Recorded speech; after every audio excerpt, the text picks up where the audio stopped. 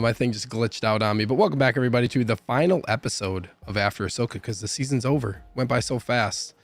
We are all here tonight to talk about what I would call an amazing finale. We'll see what everybody else thinks. But first, I want to apologize for my voice. I've been battling something for the past week, but TGIF, well, we'll get it rolling, and hopefully I don't lose it by the time we're done. With that being said, how is everybody doing on this Friday night? Doing good. Great. Yeah, doing great. Now that we're Just done with happy it's Ahsoka, Friday. yeah, we gotta get on to Loki. Yes. Did anybody watch Loki yet? not yet. No, not yet. Yeah, I did not. Did you guys like the first season? I did not. I could not get into it. Me neither. And yeah, Graham, did you like it? I did. Yeah, it was actually probably one of my more interesting Marvel series that I watched. I'm trying to think if I liked anything better than it actually.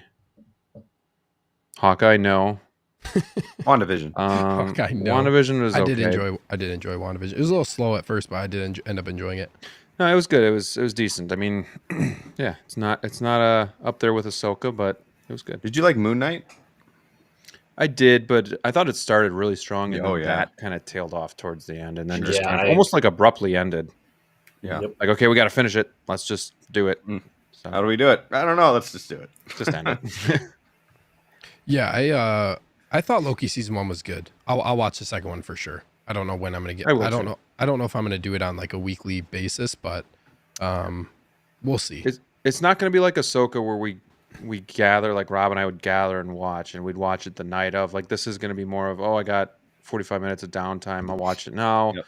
Maybe I didn't watch a week Mhm. prior, so now I'm watching 2 in a row. Like, it's going to just kind of be whenever I have time. Yeah. Yeah. The Marvel show I'm looking forward to is Daredevil.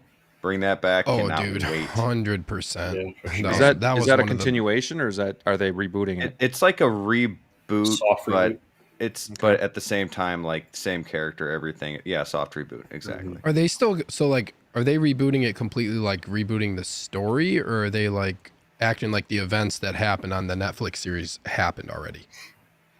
I'm I not guess so. 100% sure, but my guess is that they're going to just not really talk about those events and move on from it. But to us viewers, it still happened because they're bringing back the same guy that played Punisher and all of that too. So Right. Kingpin. Nice. Yeah, that'll be good. Daredevil on Netflix was awesome. Yeah, Yeah, It one really of was. their better shows. especially For sure. season 2 was awesome. Yeah. Man. Yeah, great show. But we are here to talk about Star Wars. We are here to talk about some Star Wars. Ahsoka, it's over. But Brick, thank you for joining us. I know you're our guest again, second time on the show. Yes. We'll start with you as far as, maybe give your general thoughts on the episode, what your rating would be, and then, give us your entire season rating for the show. Okay. I won't go too into detail with issues that I had with the episode just yet, but it's definitely a lot that I liked as well with the episode. I would probably give the episode about a 7.5 out of 10. But the more I learn from you and watching YouTube videos or something on it, the more I'm like, I understand it, and I actually like, well, okay, I guess it's an 8 now or something like that. But my immediate reaction was like a 7.2, 7.5. But as a season as a whole was at least an 8. I mean, you've had some 10 moments, 10 out of 10 moments. You've had 9 out of 10 moments. I mean, the Anakin Skywalker, what was it? Episode 5 was just some of the best TV there is right now. And no, it's not just because of Anakin, but it was the story that was told as well. And it was a lot of fun, the season overall. And I feel like compared to some people, I'm a little more strict on Star Wars. You would think somebody who's like a bigger fan would be more kind of hard on Star Wars. But me, I guess I'm more picky, with what I like with Star Wars. I like certain characters. If it doesn't have those characters in the show, then I'm kind of like, well, I don't really need to watch it. But I'm glad that you pushed me to watch some of Rebels first, because it really got me hooked and into the show. And I'm still gonna try to get as many figures as I can from Hot Toys from this show, and But yeah, I mean, the ending was confusing to me. There were some moments that I wish they in this finale that they kind of pushed a little harder. Like the troopers, that whole event. I wish that was a little bit more dark and more, I guess, action packed. Kind of more of a thriller, more suspense, I guess. It kind of lacked that suspense. It was cool, and we'll talk more about that later, I'm sure. But yeah, about a 7.5 for that episode. 8 overall for the season. Nice. And then Graham, what about you, sir? Yeah, so I think kind of in the same boat as Brick a little bit. I'd probably give the finale 7.8. Just I think we always get our hopes up a little bit too high where we think more is going to happen than it really does. I think if there's going to be a season 2, which there probably is, this score will shoot up because then things are going to unfold and whatnot. But as it like lies right now, I feel like it was kind of predictable on what would happen. Like they're just going to fight. We kind of were thinking zombie stormtroopers might come, and then obviously they'll lose and Thrawn will be on the way back, and that'll be that. We just didn't know who would be stranded where, or if they'd be traveling back with them or chasing them or what. So, yeah, so a solid 7.8. I think that's a pretty good score yet. I did enjoy it. It's just it wasn't like mind blowing like the middle of the season was. As a whole, I think I would give season 1 probably an 8.5. I mean, I really did enjoy watching it. There was a lot of great moments, lots of good throwbacks. Didn't seem too campy for the most part. Some of the language back and forth, got a little bit campy, but I think I enjoyed it more than obviously like Book of Boba Fett, season 3 of Mando, and I don't know if it beats season 1 and 2. The nice thing about Mando is that it was good for all Star Wars fans, and we'll get into this a little bit later, but I did feel like this was almost like making me feel like less of a Star Wars fan just because I didn't watch the Clone Wars. Like this was definitely just like Rebels continued, and I've seen just pretty much the first season, but it definitely, looking back now, I can definitely say like this is definitely like Rebels continued. You need to know a lot of the backstory in order to get a lot of this stuff, but it was still really enjoyable. So I did like it a lot. Just some things at the end that to me, who hasn't seen Clone Wars, just doesn't mean anything or make any sense. So it's kind of weird that we only saw Balin for a couple seconds, Shin for a couple seconds, but again, I'm hoping that stuff's explained going into the future. Nice. Yeah. Yeah, we're going to break it down. We're going to talk about it. Mike, how about you, man? Yeah, I think that was a great point. Well, both of you guys made great points. Yeah. And Graham, what you said at the end about it being Rebels season 5, imagine if a year and a half ago they said, Lucasfilm was really excited to announce Rebels season 5 in live action, starring Rosario Dawson as Ahsoka. I really think you and Brick and everybody else would have been like, "Oh crap! I've never seen Rebels. I gotta watch all those seasons." You would have watched those seasons. You would have come into this, and it would have been a totally different experience for you, and I think a lot of other people. I think that would have really benefited this show a lot. Instead, they said, "You don't need to have seen any Clone Wars or Rebels. You can come into this fresh."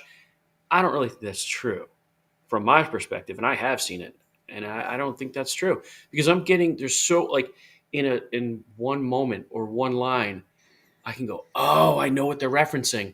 How's that playing to people who don't know what that's referencing? It's hollow, right? So yeah, and that's no fun because they said that before. There are things that are not references that you're probably going, I don't get that. That's probably a reference to something. Yeah, it gets all mixed up. And so you're wondering things about you that you missed that you didn't even miss because it wasn't in the show. Yeah, so That's kind of frustrating. But anyway, as far as my rating for this episode, I'll give it a 9. Overall, the season, I give an 8.5. And I've seen a lot of hate for this show. And the funny thing is, like, I don't disagree with the points that people that don't like it make. I agree with them. I kind of like think about it like this. Like, I'm the older rich guy dating the younger hot chick, and Lucasfilm and this show are like the younger hot chick. And my friends keep coming up to me and going, "Dude, what are you doing? She's using you for your money." And I'm saying, "I know, and I don't care. I have a great time when I'm out with her." And once this relationship stops being fun, sure, I'll end it. But right now it's fun. I know that she doesn't love me. She probably doesn't even like me. But, But you but guys are both getting what we you both want. know what's happening here, and I'm okay with it. Like my eyes are open. I see the flaws in her. I see the flaws in the show, but they don't really matter to me because I have decided that this is Rebel season 5. It's essentially live action animation, and I'm having a lot of fun with it. And I'm having so much fun with theorizing. And what this show has given me is something that the other shows have not. Even the sequels didn't give me any of this, which is like really deep lore, a lot to think about, a lot of questions that may never be answered, but in a way that's still fun to speculate. I don't mean like who is Marok, and I don't mean that. I mean like deeper lore, things that really expand the Star Wars universe. You know, not like why did Captain Phasma look cool and then die? I don't mean stuff like that, you know? So I appreciate what Dave Filoni is doing with this show. It sparks my imagination. And that's why I've been enjoying it so much. So that's my little spiel. Did you give your rating for the whole season? Yeah, I'll give it an 8.5 8.5? because You it said 9 for the started really episode. slowly for me. The first like 2 or 3 episodes, I wasn't a big fan of the performances, and but it really picked up, and it just kept going for me. So I mean, obviously, we had a clunker as far as I'm concerned with the season episode 7. Yeah. That's okay. I'm over it. Very nice. Before I give my my hot take, it's really not a hot take, but before I give my Jonathan! before I give my impressions of the episode of the season, I just want to touch base with the chat here real quick because we got a few folks in here. May the force be with us. Yeah, we're gonna need it for this episode. Reese is in the house. What's up, nerds? What is up? The Mall Fiend himself is here. Tighter FL's in the house. Let's go. What is up, man? Reverse Zeo's in here trolling me about Carnage. Let there be stream. Oh man, Brick, hello, man. Boba Fettuccine is in the house. I say, hey, happy weekend, all. Happy weekend to you, sir. Thank you for being here, dude. Me too. Voice is gone. Yeah, there's stuff going around right now. It's pretty crazy. Daniel Brancato's in the house. Hello, everyone. What is up, Daniel? Cruising through space. He has a comment here. Why does everything have to be mind blowing? Why can't we just get the first part of the story? I think it's hard because these series are limited. We don't know if we're going to get a second season. And, I mean, you always want something big to happen. I don't know if it's necessarily like you want anything to be mind blowing crazy in that way. It's just like you want to see something exciting. Also like instant gratification is definitely a thing where people want payoff. I feel like that's part of it, but hopefully with how the show ended, it's obviously like for a reason that it's ending this way. And it's not just that's not the end of the story. Yeah. And 2 years between, 8 episodes and a 2-year wait for another 8 episodes. I think that's the issue too. Yeah. Yeah. Reese says this whole first season has been ground laying. 10 out of 10 fan service, probably the best case scenario for universe establishment, in my opinion. Yes, I agree. As far as like this lays the groundwork for what they can do moving forward with a lot of different material. So we'll see. We'll see what happens. Jedi 291's in the house. Hey guys, good evening from Saskatoon. Good evening. Thank you so much for being here. Okay, as far as my thoughts go, I'll give this episode a 9 as well. I thought it was a really good episode. I would echo like a lot of the things that you guys are saying. And like, I'm with Mike in that I agree with the fact that the points that people are making, I agree. And I wish everything that comes from Clone Wars and Rebels, that everybody knew all of that information before watching this show, especially this episode. That's one thing that I'll say is like, I know there's a lot of talk beforehand about like, oh, you don't really have to watch, like what Mike said, you don't really have to watch anything before this show. I don't know like exactly what that quote was, but I feel like it's not really, doesn't make sense for me to like not know anything about these characters before watching this show. Also, Ahsoka originated as an animated character and is a fan favorite character. We have not seen Ahsoka in a live action thing up until, well, I guess Mandalorian. We see her in Mandalorian, but still, you're not going to know who she is in Mandalorian like that. But I guess you can kind of combine that in with this show. We really haven't seen her character or know much about her character in live action other than what we've seen now. So if you don't know much about the animated stuff and how like her arc another thing is her arc is not just like a one season thing in the animated stuff. It is extensive. It is a very extensive character arc for her. And she goes through it with one of the main characters in in Star Wars, Anakin Skywalker, right? So there's just her character has a very deep, like kind of what Mike said, not only lore in Star Wars, but just her whole entire arc itself has a lot of stuff going on with it. So yeah, I feel like I'm with both you guys, and like I totally understand your points of, is like Graham said, like makes you feel less of a Star Wars fan. It's like you just don't, if you don't know about it, there's a lot of stuff that is just, you're gonna be like, yeah, the one thing that we're gonna talk about is like Balin obviously standing on, you know, the like mountaintops, the big Mount Rushmore of Mortis, basically. Um yeah, we'll talk about it. But I'll give it a 9. I'll save some more of my thoughts. I'm kind of going off on a tangent, but 9. And I'll give the season the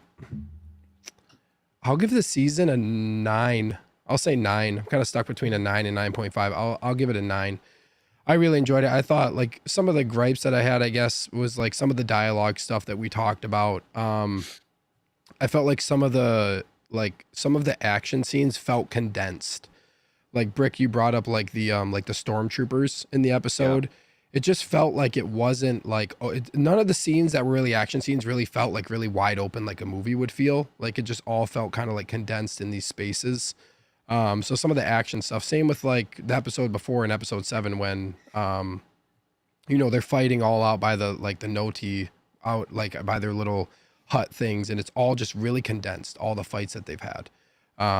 So that was kind of like something for me, but I'll give it a 9 for the season. I really like, I actually love this show. I thought, you know, I don't remember, I guess it seemed like every episode you were always wanting to see the next episode. Yeah.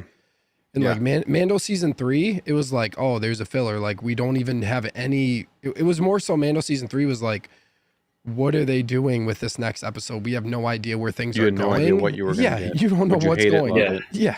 You're like, oh, this was just a pure like fun episode that was just a random space, like a true filler. Yeah. In this one, I feel like we really didn't hit, I guess, if you want to call it a filler, until episode 7. So like this first few episodes were just really, really good as far as continually building up the plot, building everything up. And then 7 was, sorry, go ahead, Mike. You knew from the trailer what the point of the show was. Yeah. Right? Like, whereas Mando season 3, you're halfway through the season, you're going, You don't know what the hell. what are we doing? Where are we going? Yeah. What do we care about? Yeah. You know? So Yeah. And this one was like very well established. It seemed like plot from the jump, right? Yeah. We're just constantly moving towards that. So yeah, I love the show. I thought it was really, really good. Definitely Rebel season 5. I love yeah, it go too. ahead, Yeah. Go ahead, Jedi. The other thing in the finale that I felt personally was, I never really felt that any of our heroes were really at risk, like that they're really in danger. Like it felt very safe, and I kind of knew they're all going to make it. Like, not saying that somebody had to go, but I also just didn't feel like anybody would go. Someone's got to go. I feel It's like Angela's Game of the same Thrones. way. Someone's going. Well, that's the thing too. Like when the TIE fighters were coming in and shooting down at Sabine, Sabine. I was like, this kind of reminds me of when Drogon came and Jaime was like, you're like, is Jaime going to survive in Game of Thrones? You're like, you know, but while watching this, I was like, Sabine's all right. Just what's going to happen? Okay, she's going to get away. Right, right. Yeah, like there was beheading season 1 Game of Thrones, like Right, and you're badass. like, And you're like, oh boy, of somebody anyone that can you go. do not expect at all. Right. When I watched it, I was like, what are they going to do with this show now that this just happened? Yeah. This is like early on in the show. Yeah, and that was brilliant, you know, because anyone can go. And this one, you're like, nobody's going. Nobody's going.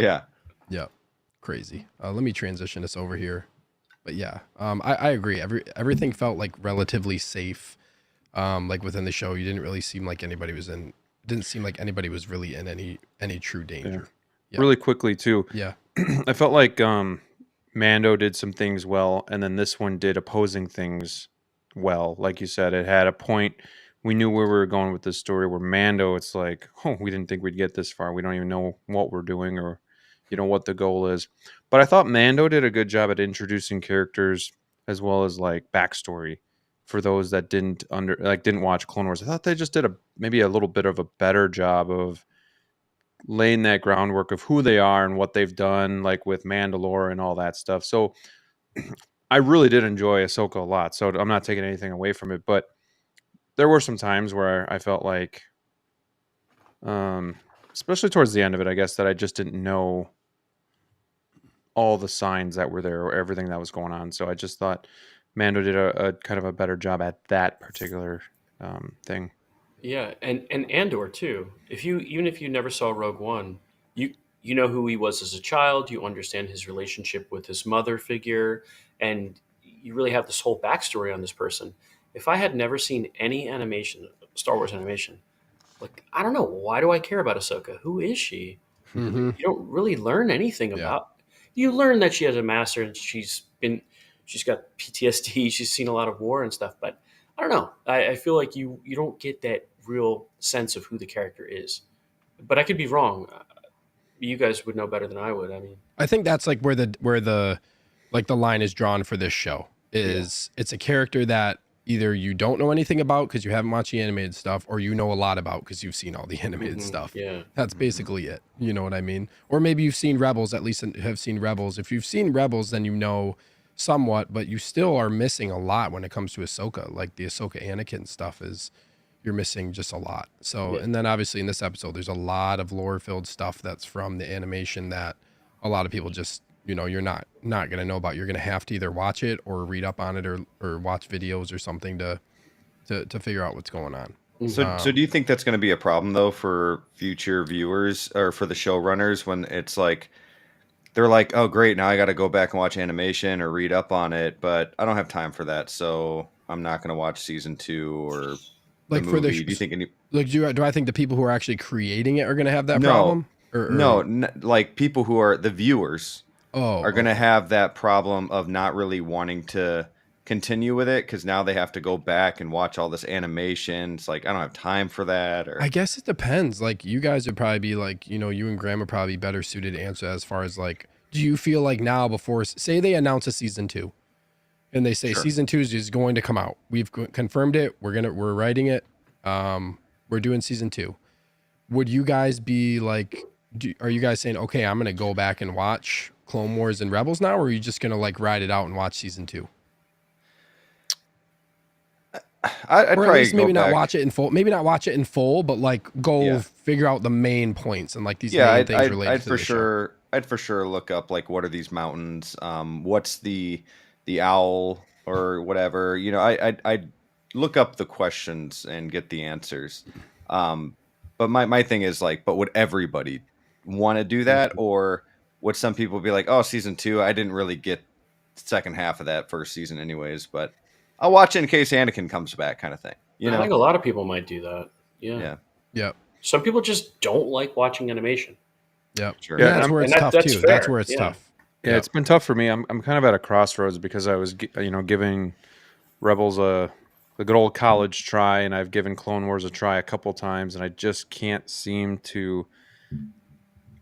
It almost seems like I'm doing homework and not Yeah. just enjoying it. And I don't know if it's just because I do feel like a lot of it is like filler for more of like teens or whatnot. Like it's you got so many they're short, but you have so many episodes where sometimes it's just like treasure hunting or what's the next mini mission or whatever. So Mhm. it's been tough for me to get into it, and I've really been trying. I don't know if it's the fact that it's animation that's just in the back of my head or just how it plays out. So I don't know if I'm gonna continue to push through or if I'm just gonna like watch timeline videos on YouTube or whatnot. But and I'm definitely still really interested in season 2 and Ahsoka itself. But I think some of it is more like I think people, even if they don't watch Clone Wars, they know, at least general Star Wars fans for the most part, they know like who Ahsoka is and her backstory and that Anakin, trained her and kind of what the Clone Wars were. We just don't know like the details of like Mortis and the Owl and all, some of this other stuff, which I think you'd have to dive in even deeper. So to do that, you either have to watch or you have to do your homework, like Brooke said, like watching YouTube videos or timelines and stuff like that. So I'm kind of at a crossroads just because it's not that I hate the animated either. It's hard to stick with it, especially I think too, since the other part, now that I'm rambling, might be that I'm starting from the from the bottom where it's all done. So I have to go all the way up the mountaintop where you guys maybe watched it as it came out. So you're staying even flow with it, where I'm like, man, this mountain seems insurmountable. 7 years of Clone Wars, 4 years of, or 4 series or seasons of Rebels. It's just a lot. So that might be where I'm coming from too, I guess. Yeah. I would say, like, if it's hard to get there and you've already tried twice, I would just look up, like, I mean, I know there's things out there that say, like, these are all the Clone Wars and all the Rebels that critical And there are episodes good that you should episodes. watch. Yeah. I've Yeah, jumped there- around, yeah. but as a Yeah. whole, just Anything with Yeah. the Inquisitor. Yeah, is because you like can some of the find best you can Star Wars find to me. lists of I love stuff it. where it says, like, Yeah. there's things people have created outlines of, like, this is what you should watch of all the episodes of Clone Wars Rebels before you get into Ahsoka. Like, it'd Yeah. be great to watch them all, but if you're really to the point where, like, it's a chore to do it, then just watch the main ones that are related seen to the show. Yeah. I've seen articles that say, like, so you're an adult and you don't have time or the patience to watch all the. Yeah. Here's a streamlined thing, so they're out there. And Graham, I'm sorry, I meant to send you a link to that, and I'll do so. yeah, do it. I'd definitely be interested in that. Yeah, I have a couple things too. It was like just the main arcs and the main episode arcs that you need to watch. Yeah. To get, like, all the backstory. It'll save you a bunch of time. I want to give a shout out to a couple people in the chat here real quick. Flavio is in the house. What is up, dude? What's up, Good Flavio? evening, everyone. Thank you for being here, bro. Ooh. Got a little. Can I do that on here? D-Lo is in the house. What is up, dude? We're There streaming in he 4K is. now. I don't think it's 4K. I think it's 1080, but thank you for saying we look crispy. Appreciate it. Appreciate it, man. Wow, we're howling. Let's see here. Daniel says it's tough, but it gets better. I think he's talking about going through all the animation. Titer says, I feel like the finale left everything open, so they were definitely planning a season 2. That left me a little unsatisfied with the finale. Yeah, it left a lot. I think I had mentioned this to you guys, like, it opened more doors than it closed for the finale, which is tough because we all want stuff. And now there's the long wait of whatever happens next. Like, it's gonna take a while. Yeah. Okay, let's start breaking this down here. Good opening conversation, guys. Yeah, it's Definitely. And Reese is making some good points as well too. I just wanted to acknowledge what's Reese saying in here? getting into the lore and stuff like that. Oh yeah. It's definitely designed to spark curiosity in the animated stuff. It was just vague enough to get people curious why all the nerds are so hyped. Yeah, there's a lot of moments moments for sure in this episode. We'll talk about, like, Mike, you brought up some of the one-liners too. Like, there was some of those also throughout the show, but there are definitely some, in this episode. Heavy, yeah, big time in this episode. Even callbacks to the original trilogy. Yeah. So we start off the episode here, get the Chimera, awesome shot, and then it comes down. We see Thrawn with Morgan Elsbeth, Enoch, and then basically we get this ritual because Thrawn's basically saying that Morgan Elsbeth is going to be the one who is basically going to sacrifice herself to allow Thrawn to get out of there, right? And she's, like, basically all about it. And then we get this, like, Night Sister ritual here. This is not something I expected to have happen as far as getting the Blade of Talzin in the show. Like, this was way beyond what I would have thought we would see in the show. But nevertheless, I thought it was cool. I guess I'll go first and chat about this a little bit. So this blade is like another thing. It's this part of this episode where it's another Clone Wars thing. Like, this blade is seen when Mother Talzin, who's like who's a Night Sister, basically battles Mace Windu. Like, there's a really short battle between Mace Windu and Mother Talzin. I think Mace goes, like, with Jar Jar Binks, I think, maybe. Yeah. So this is, like, the disappointing thing. Like, when I send you that list, this episode's probably not going to be on it, right? Yeah, because the filler episodes, like Huang is a filler episode, and now he's a star on the show. So it's frustrating, but Yeah. So wait, Well, there's that's more Jar Jar in the Clone Wars? Oh yeah. yeah. Oh Okay, yeah. I'm watching it.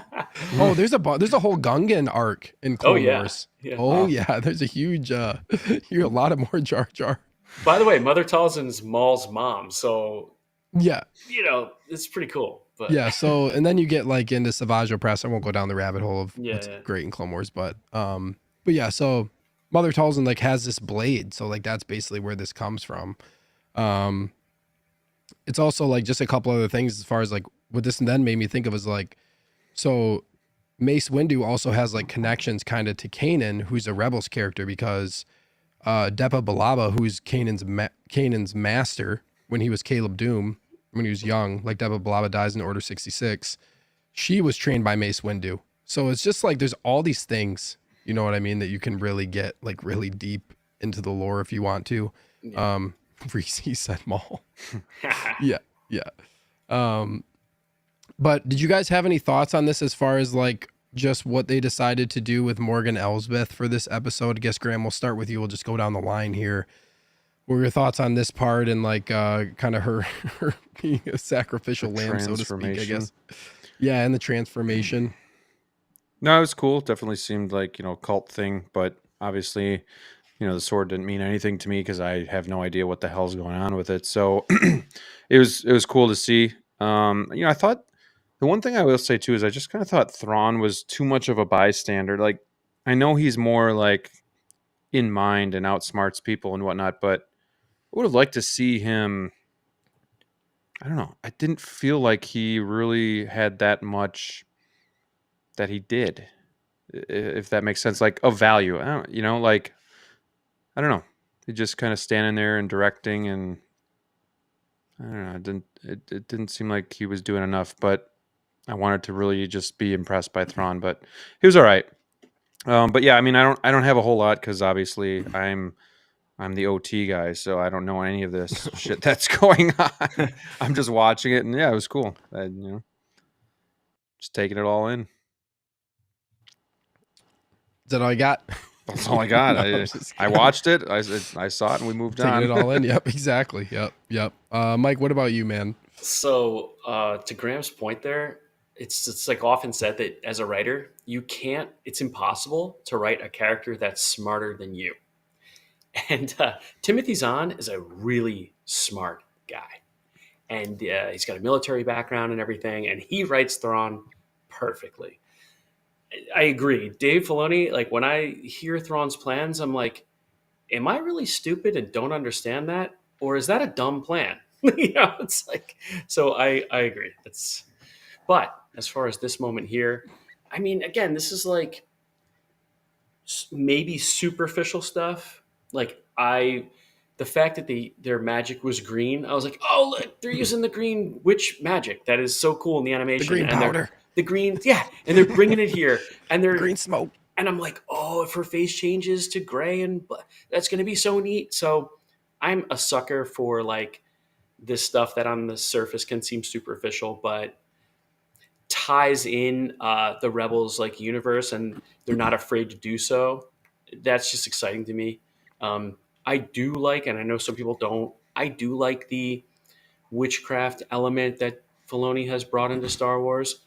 And I get why that could be a turnoff to some people. I enjoy it. I think it's a cool other aspect of using the Force. So to see them go this far with it, I thought it was great. If they come out with a figure of her from Hot Toys, we need 2 head sculpts now, because this is the one I'm going to want. But we'll see. But I thought they're going to come out with her. Do you think it's more likely now that she kind of made this turn? Because I mean, her character was kind of like just that bystander before, but do you think now this is more? She's dead. Yeah, and now she's dead. She died right away. I don't know. They could resurrect her and then maybe. I mean, or she might not be dead. She might not be. She might not be. I mean, she is like night. I wouldn't. Yeah, don't count out any Night Sister thing of being dead, obviously at this point. But I don't know. Like her character, yeah, I don't know if I necessarily see her being made. I don't know. It's an interesting one. Yeah, I was excited. This scene, I think it struck all the right notes for me. I liked it. Brick, what about you, man? Yeah, I thought the scene was really cool. I'm a sucker for horror films, so seeing this and it reminded me a lot of Hocus Pocus. I know that's not really scary. horror, but it kind of reminded me of like the Sanister sisters kind of knighting a new witch or something, to kind of be corny there. But yeah, I thought it was really cool. But I kind of wanted to start from like Thrawn. I kind of agree with Graham. He's kind of barking orders or asking for favors or basically saying like, you owe me kind of thing. But did I miss something? Did they did he do something for them to where like they now like worship him? Like what makes him so powerful that these three witches are like, yes, master, basically, and he didn't really do anything this season. I coming from somebody again that hasn't seen a lot of the animation, especially with Thrawn, or read any of his books, like he's a military guy, I get that. But does he have a lightsaber? Does he have a blaster? Or is he just really smart and controls the army for some reason because he's a good general? And these witches are believe in him because he's gonna take them to the new the new world or something. I don't know. So I was confused on that. But the scene in general, I thought the sword was really cool. I've never seen it before, but I was like, oh, a new weapon in my mind. Oh, this is cool. Okay, what's this going to be like? I'm sure it's going to be able to fight a lightsaber. Okay, this is going to be the next Ahsoka duel, so this will be really cool. And but yeah, very very cool scene. Was just a little confusing why they kind of worship Thrawn in a sense. Can I answer that quickly with? Can I answer you with speculation? No, we want answers. We want facts. There's a lot of things that just aren't. So- we don't have. There's no answer for. Yeah. But what they're doing in general is like pulling things from Heir to the Empire. I mean, they've even referenced Heir to the Empire. So what I think is happening is a mutual relationship that we saw. So these Night Sisters are essentially stand-ins for a character called Jar Sabayoth, in my opinion. And Thrawn needed Sabayoth to help him kind of organize and command his new fleet. And I really think that that's like what the position of these sisters is going to be. That's why he needs these, whatever's in these coffins, perhaps as soldiers or Night Sisters as soldiers, whatever it may be. Does that make sense to you, Stephen? Yeah, I think as a possible parallel? Excuse me. I think too, like Daniel says, he woke them up. I don't know if they like reference that. I don't remember that exactly. But that makes sense. I think something happened that we don't really know fully about as far as why Thrawn is connected with them in this way. But I think a lot of it probably has something to do with their plan to go back to Dathomir and potentially, resurrect or create this power there that hasn't been there for a long time. Yeah. So they may see him as like, he may be guiding them towards like, he's their way to get there, and he has the plan and structure for them to get to Dathomir, which is a place where they probably never would have thought they would have been back to potentially. So I don't know. There's just some speculation there. That's kind of what I would say about that. Ezra I thought of says you that guys towards the when end. they went there. What's that? I thought of you guys when they went there because you called it. I think one of you or both of you called it that. Cage brought it up. Cage did, okay. Yeah. Cage brought him. I was like, that is 100%. That is a great idea for them to go there. I'm so glad they ended up. It's really cool. So glad they ended up doing that, and it makes perfect sense. Who knows? Like maybe all the cargo they're carrying are a bunch of, Night Sister. Yeah. Maybe they're gonna rebuild the Night Sister Society that was all just on Peridia or something on Dathomir, and that's gonna be like Thrawn's army potentially. I don't know. So it's like a mutual relationship, beneficial, because like they want to get back to that universe, to Dathomir, or to that galaxy. I mean, and Thrawn wants them for whatever kind of night magic. He had to put his ship back together. So Ezra says he woke up the Night Sisters and rebuilt his ship. So he says that towards the end of the episode. So How did they become estranged though from there? I don't think so. I think they're How did they get originally placed through? from. I think they're originally that's from right. here. He woke up the Night Sisters. Yeah. Yeah. So the Night Sisters, from what I understand, are actually from this universe. Yeah, from Peridia. Yeah. Okay. And so essentially they're estranged from their second home on Dathomir at this point. This is a lot. This is a lot. Hey, don't worry. You didn't have to I'm just gonna watch start any going like this. Rebels to get into the show. Yeah. Yeah. It's like, yeah. I just want to bring up this comment from Flavio. He says, love how the witch's line from Morgan was word for word when Mother Talzin recited it for Asajj in Clone Wars. Like, that's so cool. Yeah. But again, we're going to be getting to it a lot. Graham's like, yeah, that was awesome. That was so great in Clone Wars. I remember that. That's great, Flavio. Reese says Eli Vanto served the same function. In the new Thrawn books. Yep. Exactly. Yep. But okay. Anything else you guys want to say about this part? Graham's like, yeah. That's what I'm talking about. I am that was learning cool. already though. That was cool. Good way to open up the episode, I thought. I was like, what? And then we get this interesting little flyover sequence here. That was kind of a Yeah, I that was was like, weird. what is Yeah, we were like, watching, and what Graham's like, is- that's got to be a waste of gas. I was just like, this is like you could easily be detected doing this. Like, Yeah, Yeah. just But, out. Yeah. in the middle And of why nowhere. are they? Do they still have the notes there? It's like we're protecting them. yep. Well, Yeah. no, just leave them alone. Yeah. You're guiding them to them. So it's, Yeah, they don't care about them. yeah, you're putting them in the line of fire. But Right. oh well.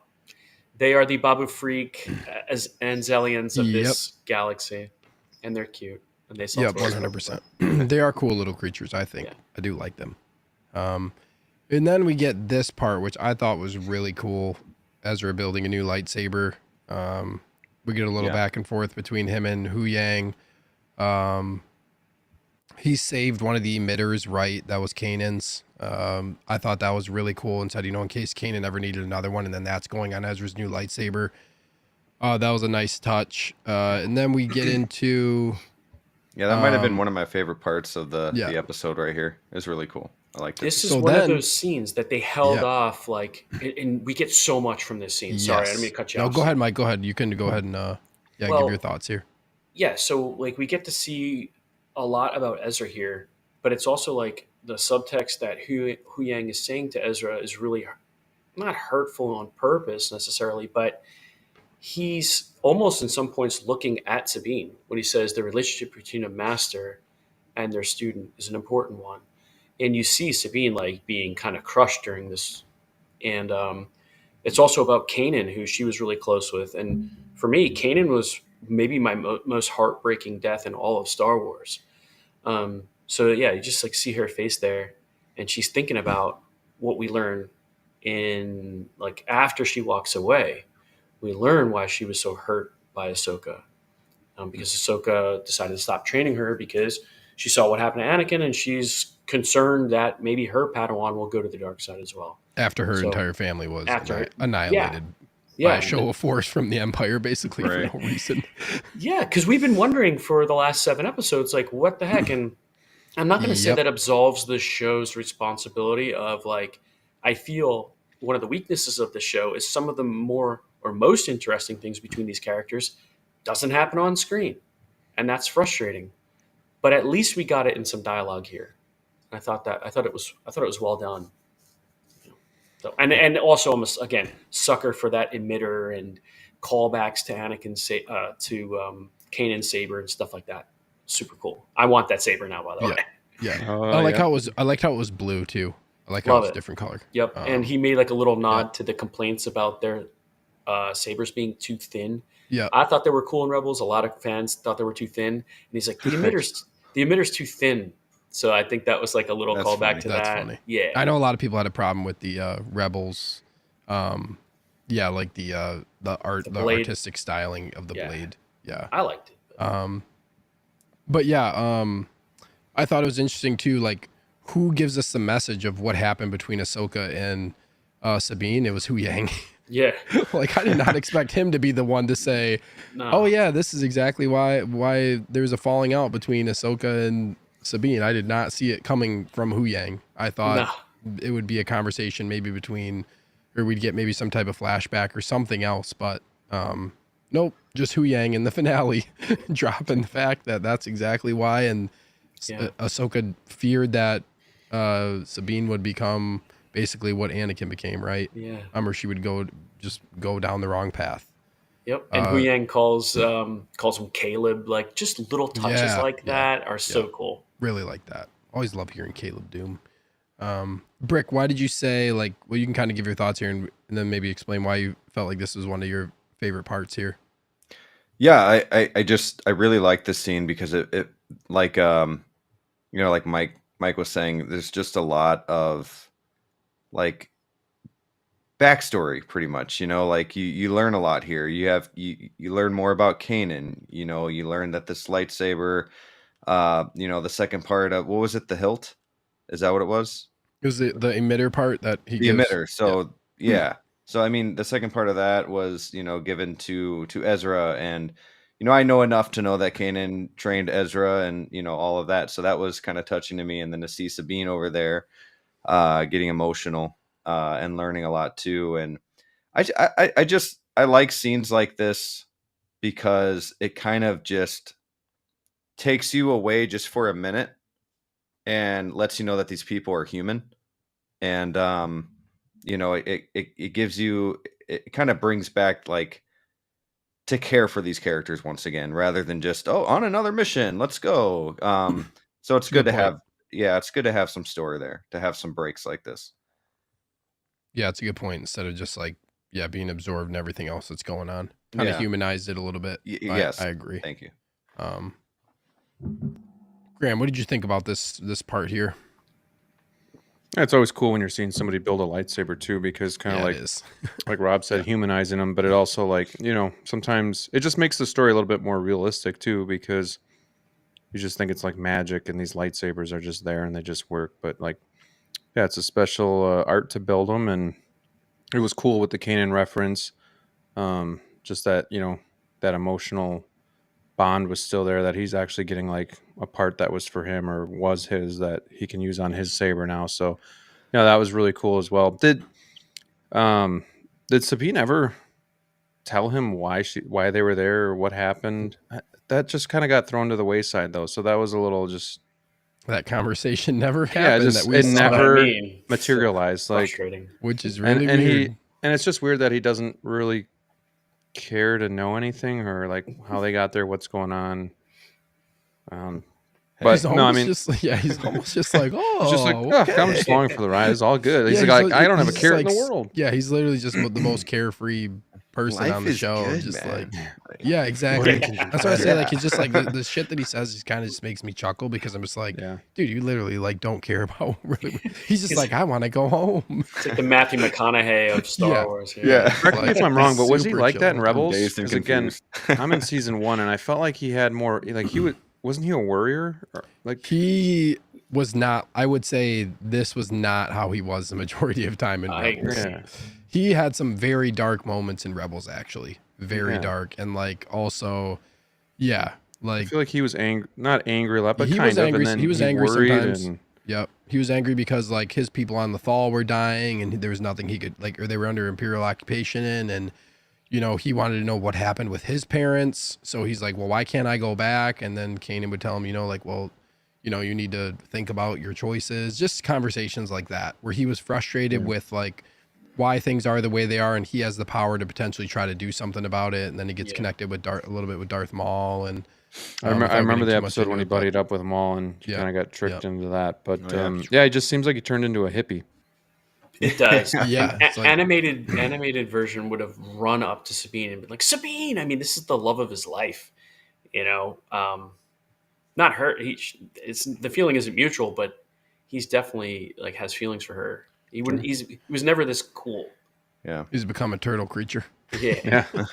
He's a really chill turtle. I mean, and also like 8 or 9 years could change a guy too, I guess, but he's been by himself, I guess. If you thought somebody was dead for 8 or 9 years and you found him, you would think Sabine would have ran. I know you guys talked about this in the one episode, but Sabine would have just ran up to him and just like, you're alive, like just really 100%. Excited and And we'll get to it. Like when he sees Hera, like Hera actually looked genuinely shocked in that scene.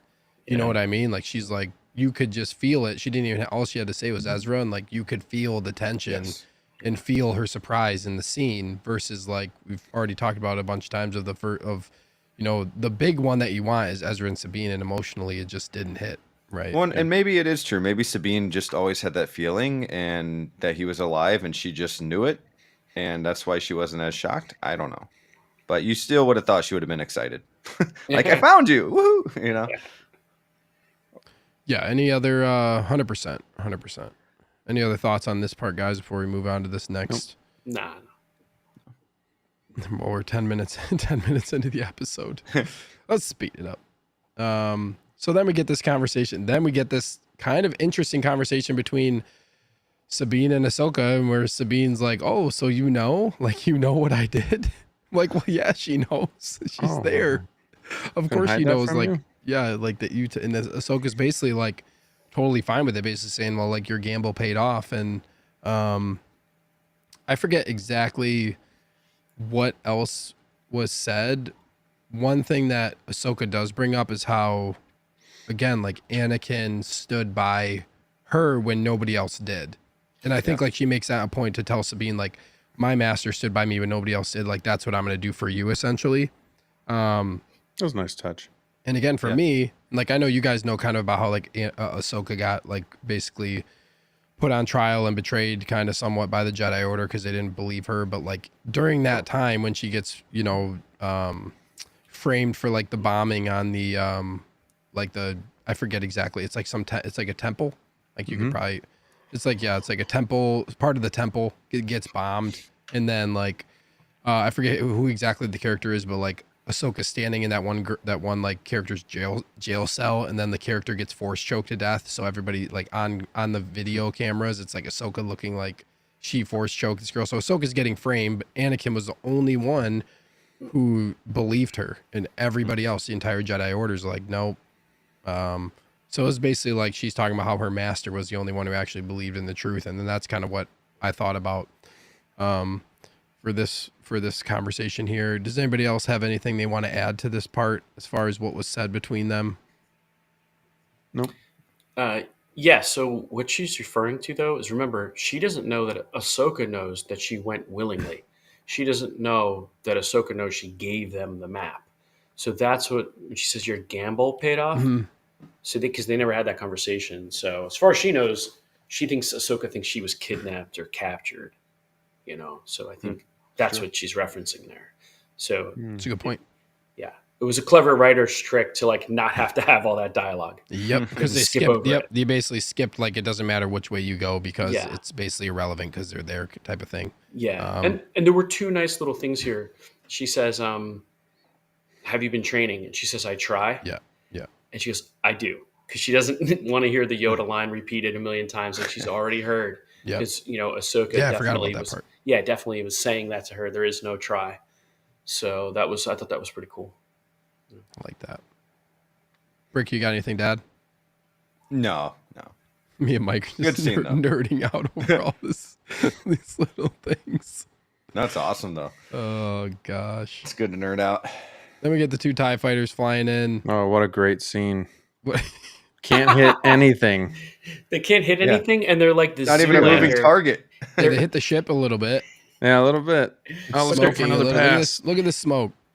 Yeah. That damaged the Is ship. it They bad were that in- I was kind of hoping that they would all get wiped out? What? These, Nah. like No teeth? just not to wrong be with like you? dark or anything, but just You're to have sick, some sick like man. Do I got I don't power to know. mute on my end? Yeah, I do. Come on, man. I know it's terrible. But, Never go against a turtle. She bumps into Huyang when she runs back into the ship. By the way, it's pretty funny. If you,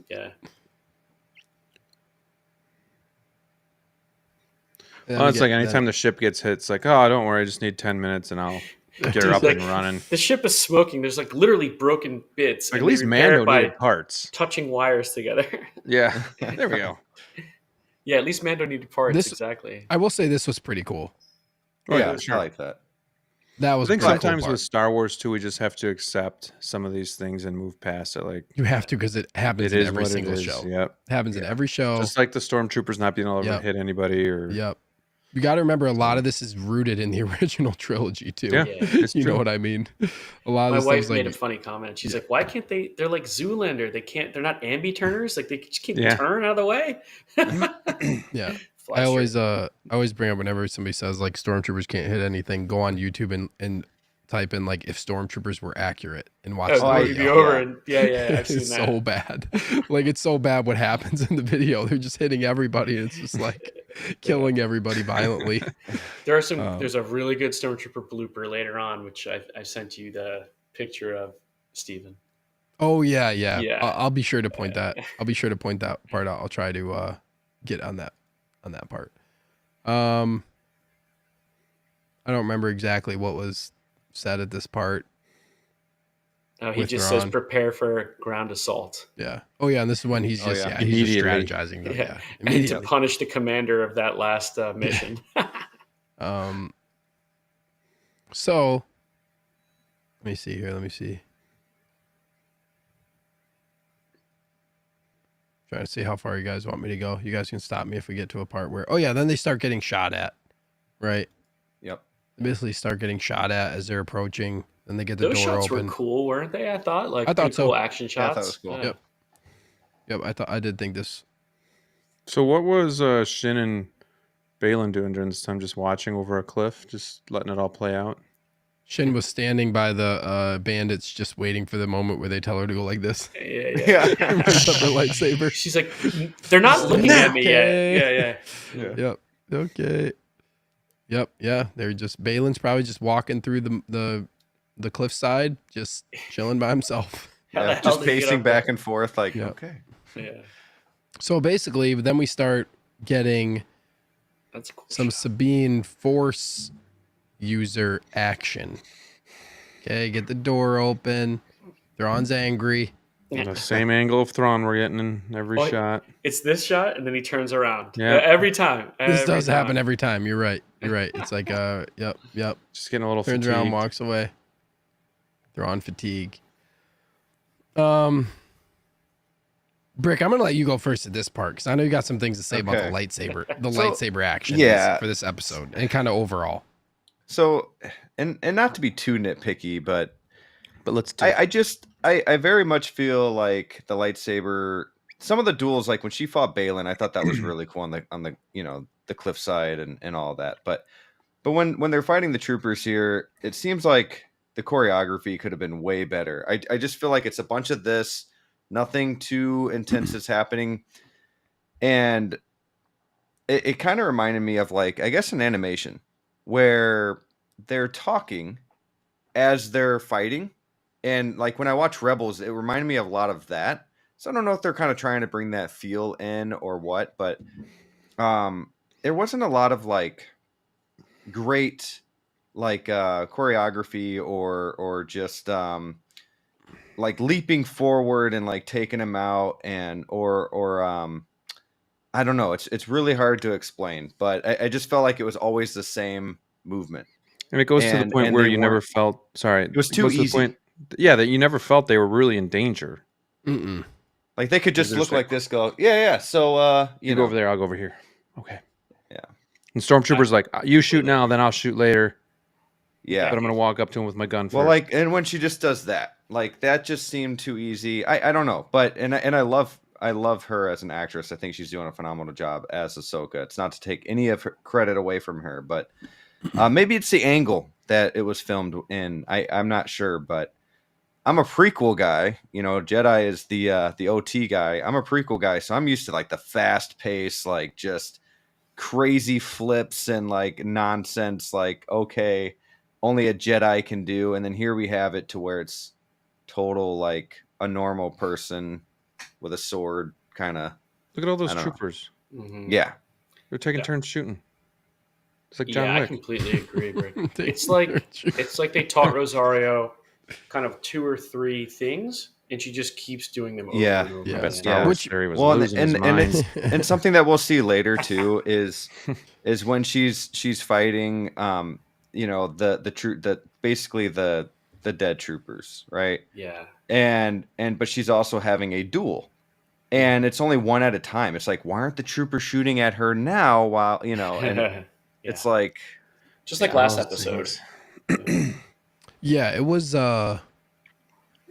because like the hard thing is like they have to deflect all these shots, and I think they tried to make it similar to what you would see in animation, where they're like doing all this to deflect all these shots, but it did look odd. Yeah. It kind of also it went on for longer than it really needed to. Like they could have Right, just and I think- deflected for 5-10 seconds and then just started then doing all the all these troopers just individual fall fight over. scenes. Yeah, or like have more of Yeah. them fall, but also make it so like when you get to this next part, like maybe make this part a little bit longer where Mhm. Ezra is fighting and then it breaks to Sabine and Ahsoka fighting. Like they could have split it up more in that way rather Yep. than having it seemed like the deflection part Yeah. was longer than the actual lightsaber yeah. fighting part. You're- They should have you're did the right. opposite. They should have done 'Cause- the opposite. If it was like really fast, like you're saying, and then all of a sudden, like the suspense buildup of them coming back to life was longer because it would build that suspense. That would have worked. Yeah. But Also, like we're not everyone's athletic, and I think you can really see that Rosario is not like a naturally Yeah, athletic I like this scene. person when you Sorry. compare her. No, but like as soon as you see the actor playing Ezra, like, oh, there's some real movement there. Sure. He's fluid. I mean, Yep, sliding. you know what I'm saying? And it just makes Ahsoka kind of stand out as the slower That one was of the cool. bunch. I like That was cool. That's a direct callback to the animation. I did like when she goes, Sabine, your blaster's like some kind of leadership there because she could see that Sabine can't really keep up with deflecting the blaster bolts. I mean, she quickly learns the force moments Get the later. guns but- out. Quickly. Yeah. Real Get the guns quick, out. quick question. Ezra's weapon that he had before he got the lightsaber, it was like a slingshot kind of thing. Does he still have that? Or did he eventually? Because I was kind of hoping to see that live action, like, oh, he doesn't need the lightsaber. Yeah, I Let's don't go. know. We're I gonna. don't know why they didn't ever like He doesn't really use that much like after he gets Sure, I was his gonna lightsaber say. blaster thing. Okay, the no T Maybe were you just using keep those that- that's slingshots. right. He does put it together, and Yeah. The Maybe he Noti had handed it them. down to the turtle. Yeah. The we see him Noti use it. had that one. Yeah, Maybe that was his? slingshot. that'd be Maybe cool that if was- like they were in on like a battle and they all had those slingshots. That would have been so cool. It would have been. This was cool. Yeah, so let me get this, which basically after when we were all breaking down episode 7, we're like, they're just normal troopers. Yeah, They're just all normal troopers, and it turns out they actually were true night troopers. Where they all where they all are resurrected. I This like was their actually pretty cool. volunteers too. That was cool. Yeah, I thought this was pretty cool. All right, Mike, let's get to this part so I can try to capture it. No, is it before that? No, it's after this, but that was cool banter right there too. I like Is that. it after? Oh yeah, it's like Yeah. oh, it's right here. It's right here. Okay. Yeah, this was pretty good. Yeah. This was fine. But yeah, they all come back to life. So I thought this was cool. I thought this was cool that they all come back to life and they're chasing after them. I'm looking forward to the hot toys for this because it's going to be a unique kind of looking trooper. You can kind of get him into like a zombie looking pose, like kind of like with one shoulder hunched down. Or, but then I love the lenses, how you kind of had that emerald green glow Yep. in them Yeah. too. It was just it's cool to see. These are going to be cool figures when they come. I hope they. I think they will. I think they will. Yeah, I that like it. that like that. It's a trooper. It's Yeah. going to come. Yeah. Yeah, that's true. Yeah, that was really cool, man. Yeah, I that thought gold. that was cool. Can mash zombies with anything. Oh, yo, this is when Thrawn tells Morgan Elsbeth, like, you need to prevent them from stopping us leaving. Essentially, I'm pretty sure, wasn't it this part? Yeah, Yeah, I think so. he's like for the Empire, and she's like for death. For Dathomir. It's like, oh, Dathomir name drop. Okay. I thought it was cool seeing them with all their lightsabers at once. I thought those parts were pretty cool in the episode. But here we go. See if I can get it. I also love how they close the door. What they blow through a door and then they close another door. Like the door sequencing was pretty interesting in this. And luckily, doors only go in one direction when you break the thing. So Yeah, it's good. I'm trying to find it. It was before this, wasn't it?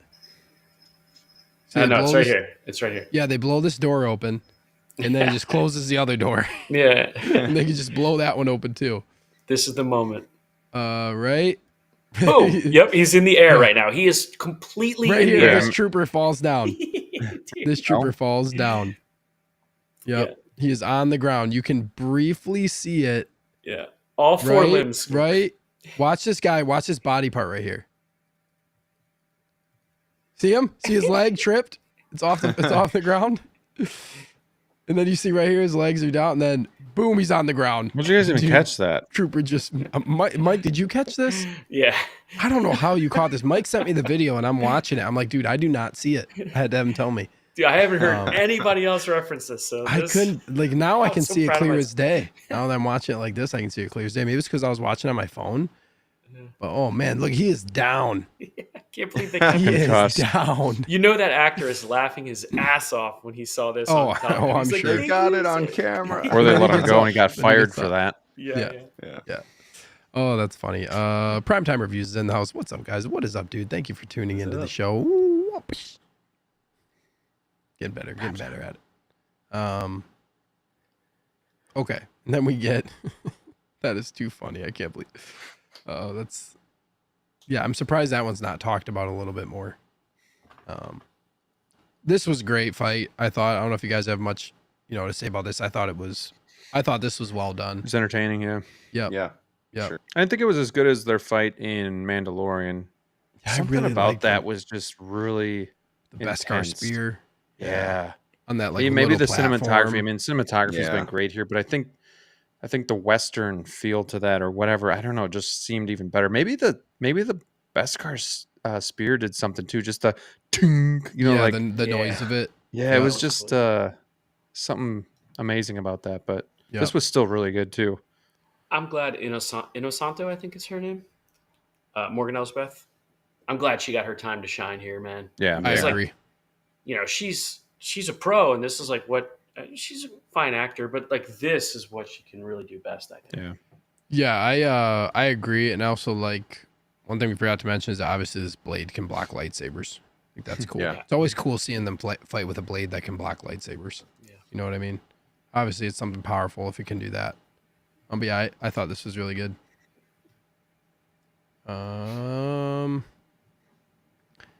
And then, oh yeah, this part was cool too. I almost forgot about this part where they're fighting like these Yeah. basically like undead death troopers. Oh yeah, this was Yeah. cool. I like It's this. great. Yes, they made these troopers actually seem like they were powerful.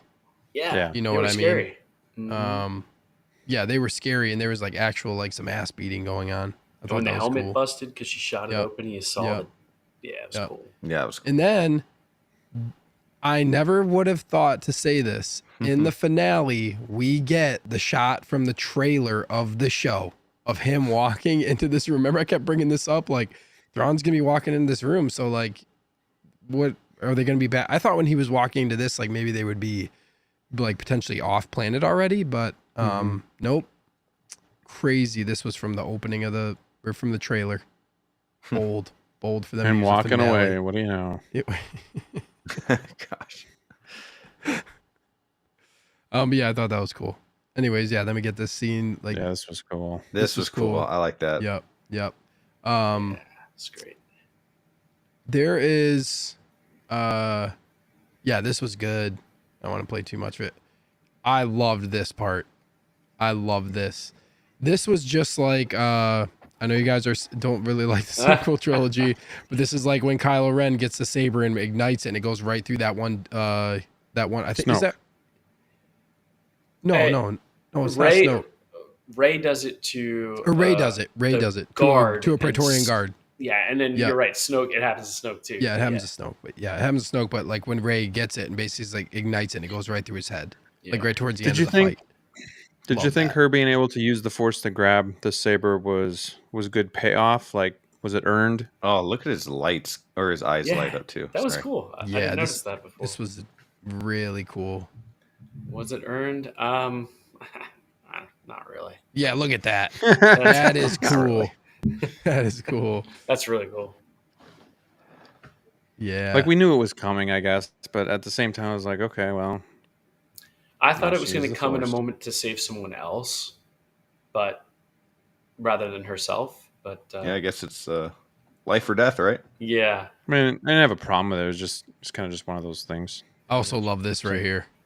Finally, that's cool. dismemberment. Finally ahead is Little Jango roll- Fett call. Little Jango Fett callback.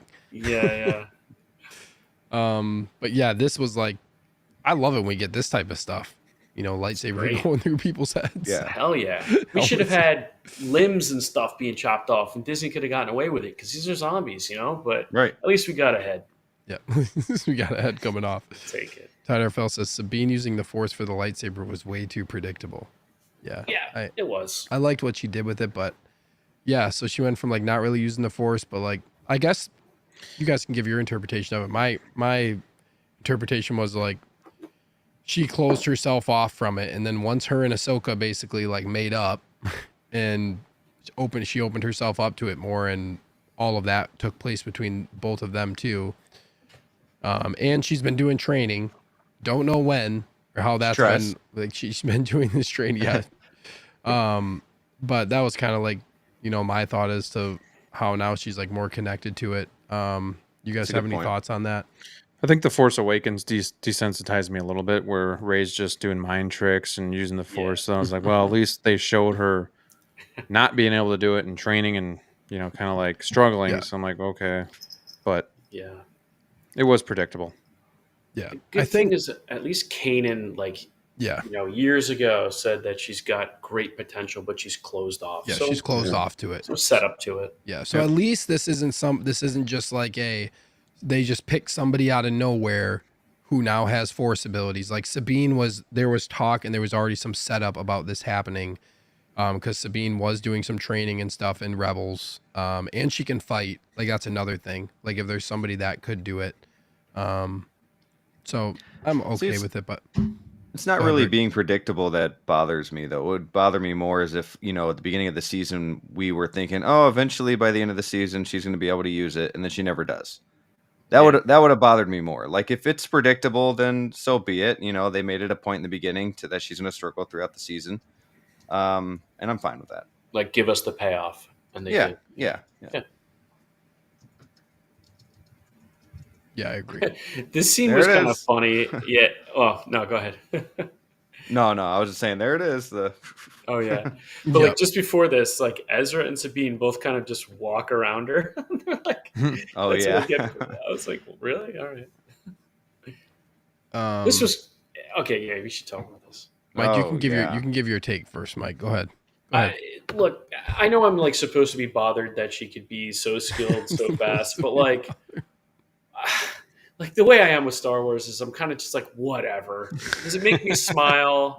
The sequel trilogy didn't make me smile at all. I hated it. This makes me smile. I have a good time with it. Yeah, I have a good time with this show. So they can get away with it because I'm enjoying it as a whole. So I give them more liberty than, characters because I like these characters, Yeah. So if it sucked and this happened, you'd be like, "What the fuck?" I'd be like, "Yo, it would be a pile on, right? Like if I was going to this and I didn't like the show at all, and I'm like, yeah, see, this is even more what I don't like." Yeah.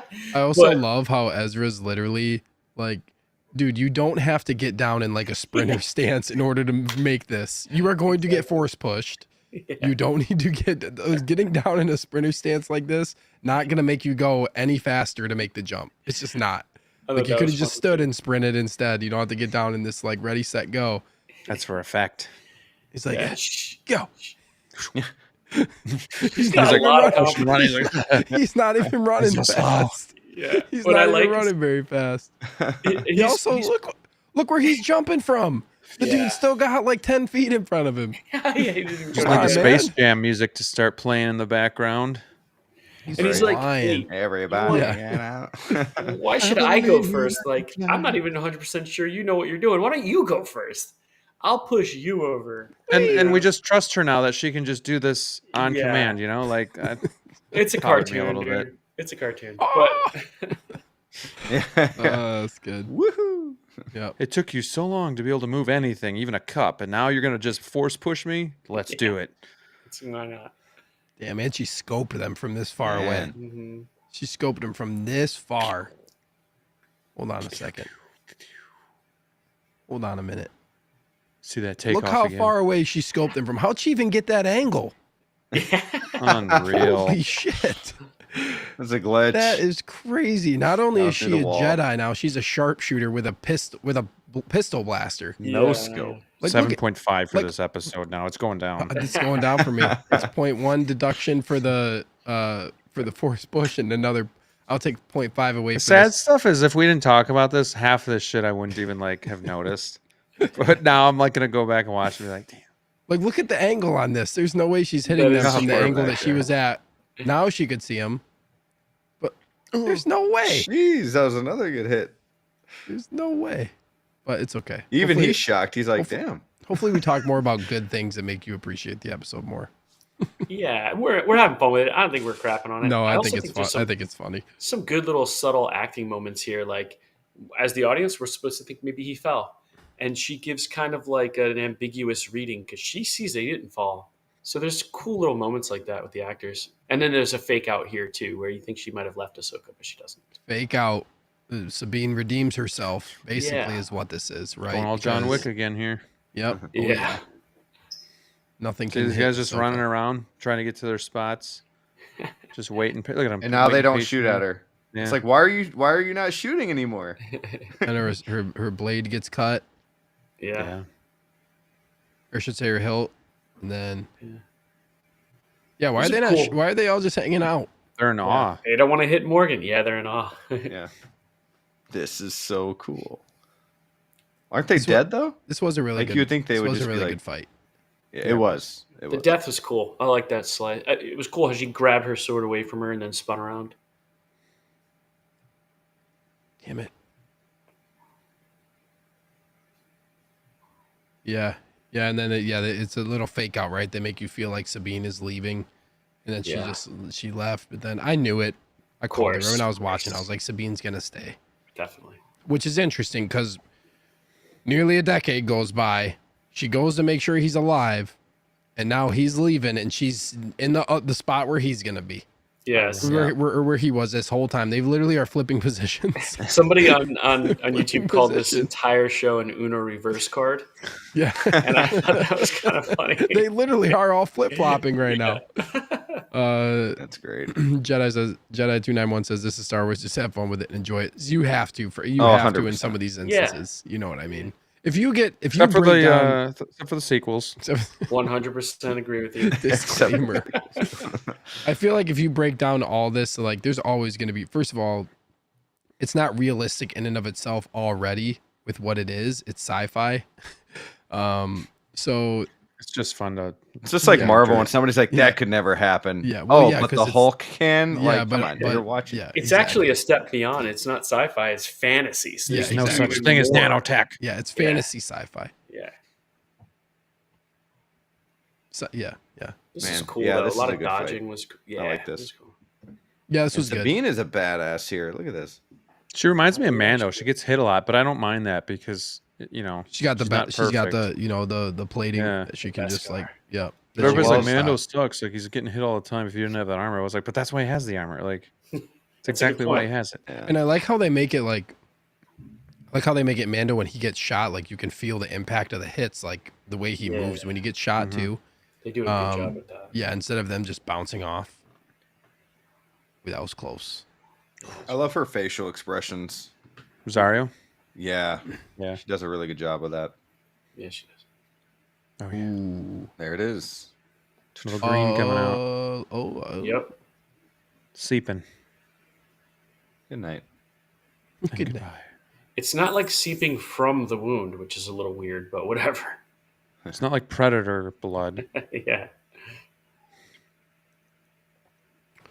Okay. Do you guys, so you guys think she's done, or do you think somehow from far away the witches will figure something out? And do you think her character is done then? I think she's done. I think she's done, but who What, knows? Steve is shaking his Yeah, who head. knows? I wouldn't put it past them to bring her back. Oh, I wouldn't either. I wouldn't either, but that's what I was asking. I will not. I would not feel comfortable saying she's done. Yeah. From what we know about Star Wars, and especially we're talking about a Night Sister. You know what I mean? Like this is not just some ordinary character that, even like Maul who gets cut in half. Like Sabine this is gets a stabbed. different. Like she got sliced and like killed. but Qui-Gon over here. when you have anything that can be, Shit, especially when you get into when you can be resurrected and you have the power to resurrect. Oh, I don't put it past them at all. And Thrawn says that, right? He's like, the Jedi and the Night Sisters are both good at coming back from the dead. Yep. So yeah, I don't put it past them, but we'll see. Maybe Balin will find some power and find her and bring her back. Who knows? Maybe. Well, yeah, we still have to talk about that part. Yeah. Um, Oh yeah, yeah. haven't got to the good part yet. So then they jump on the ship. Goodbye. Chimera leaves. Well, let me skip ahead. I do think this is cool. I thought this was cool when they showed it first too, like when the ghost is getting caught up in like Yeah, the blast essentially from them like taking off. Yeah, I thought this was Like this is cool. Yeah, that Like, was it clever. literally I liked it. pushes the ship back. Yeah, I think that's pretty cool. This is like the main. Yeah, I think this part, like, it just looks really cool. But so Thrawn's off. Thrawn left. He's moving away off Peridia. And then this is like where I wasn't sure what to expect as far as what direction the show was going to go. Like, I don't know if I would have. I don't know if I would have thought. Well, we kind of talked about predicting. Like, I thought we would get all of them back together, the Ghost crew, at the end of this. It's looking like that's maybe never gonna potentially even happen at this point. Yeah. This is why I'm glad I didn't buy that HasLab Razor Crest. I already have the HasLab Ghost, because they're putting them all. It's gonna be basically only for the show. You know what I mean? Bro, Or Disney for Rebels. Disney didn't put Han, Luke, and Leia together. They don't really care too much about team ups. That's true. That's a good point. But we Yeah, need them so- back. Yeah, we'll see. I don't know. So they go back to the Noti, and then you see the little birdie, little Convor. Yeah, right here. Somebody gonna say something. Does she have any idea what the owl Somebody- is? I heard a. I She don't know. looks like she does. Like she looks like it's something She's special. seen the bird. The Convor has been present on multiple occasions. I don't know if it's Mike. Do you know if it's been like? I don't think it's been like overtly said. I think Ahsoka just like. She's never really said anything about it, but No, it's never been. yeah. But Wouldn't I it think be weird she though? knows. Like, oh, how is it on this planet too? Like, The Convor has been in the world between worlds as well. Yeah, I think Okay. Ahsoka's probably just like, I think it's supposed to be like that. I don't think Ahsoka's really. I think Ahsoka has the connection to it, and she knows what it is, and it's not really something that she would necessarily say. You know what I Okay. mean? Yep. We know more about the Convor from interviews with Dave Filoni than we do from what the show tells us about it. So go back and watch all those too. I watch all the interviews. That's your homework. But nevertheless, when I saw this, I was like, okay, now we're heading in a direction where they're probably going to start talking about Mortis. I think I talked about last week. My prediction for the finale was end credits. They were going to show something with Balin, but they ended up just showing it. We're going to get to it because it's coming up right here there. next. Then we get Shin. Whee! There we go. This is interesting. I don't know what you guys think about this. You guys maybe give me your thoughts as far as like where Shin ended up. Is this what you guys expected? Are you okay with it based on like with what happened with her and Balin? Graham, go ahead, man. You can start. This is just where it kind of started to confuse me and lose me a little bit, where I don't understand what's going on. I just don't know. Like, I don't know what her thought process is, or like, okay, now she's going to lead these people and just kind of go on her own. And what happened with her. I know they kind of split, but they didn't like split to me.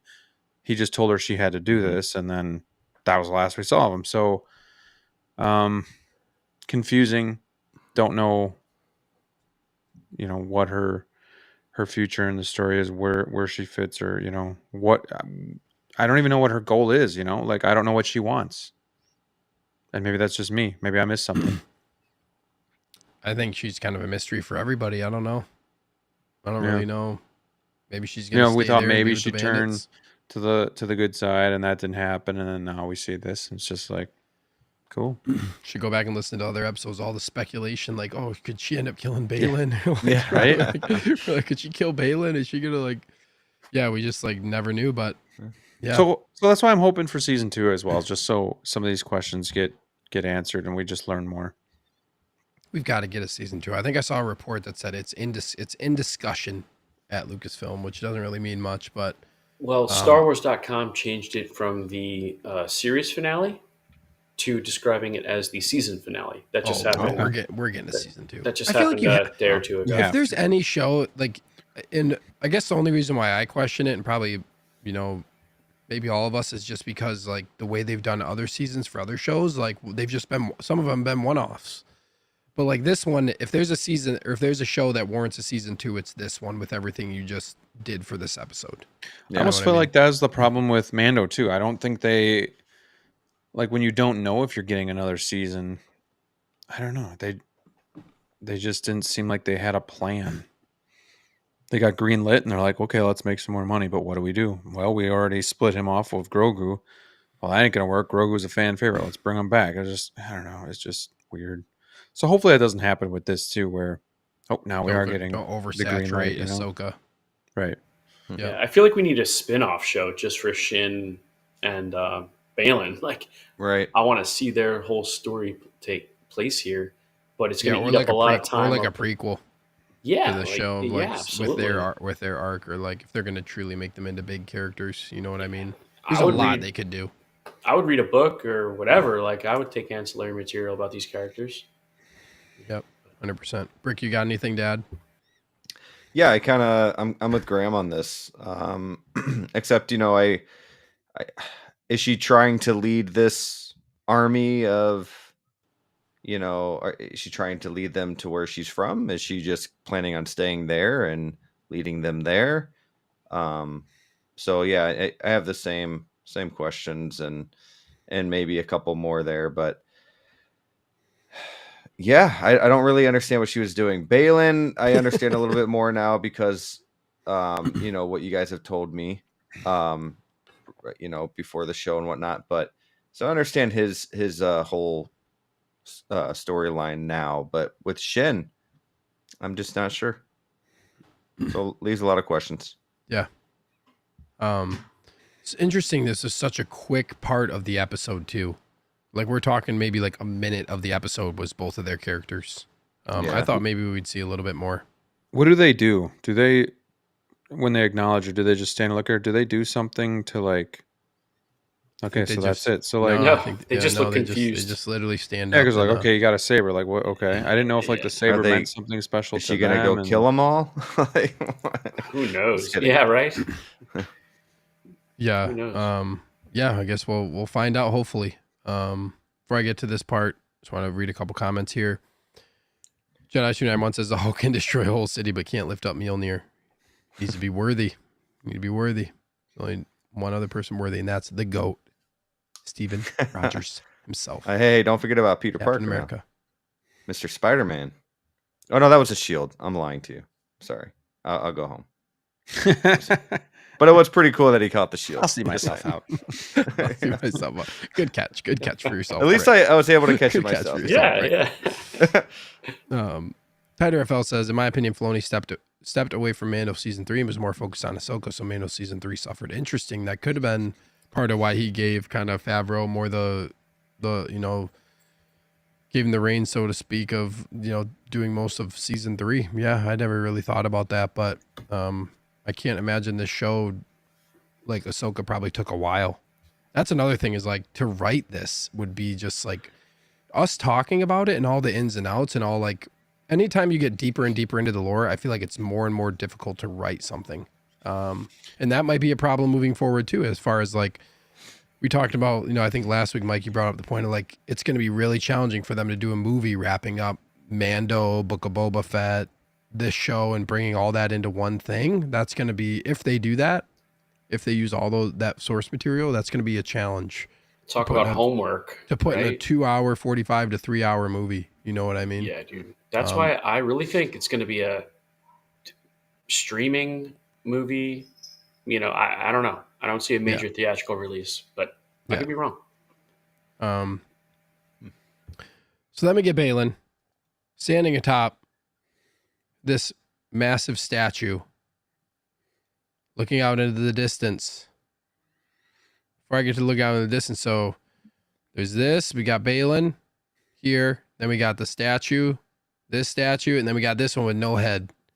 See, now I didn't even notice on the left that there was a statue with no head. Yeah. I was looking at the center and like, okay, what are we seeing here? Like, I didn't even think that. I just thought it was a mountain. I would have thought that too. The only reason was because I knew there's supposed to be one. But yeah, I agree. Yeah. Yep. It's missable. It's 100% missable. You can, you have to really look at the details here to be able to see it.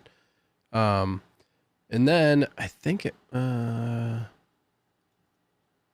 don't So- remember where it shows the, So what does he want to do? what does Balaam want to do? Yeah, I mean, he's standing there, but I still don't Great understand. question. Like, So he sees this out here. So this part is where it gets like pretty crazy, right? As far as like we were kind of talking backstage about like if you don't know what you're looking at, this is going to be like, what the hell?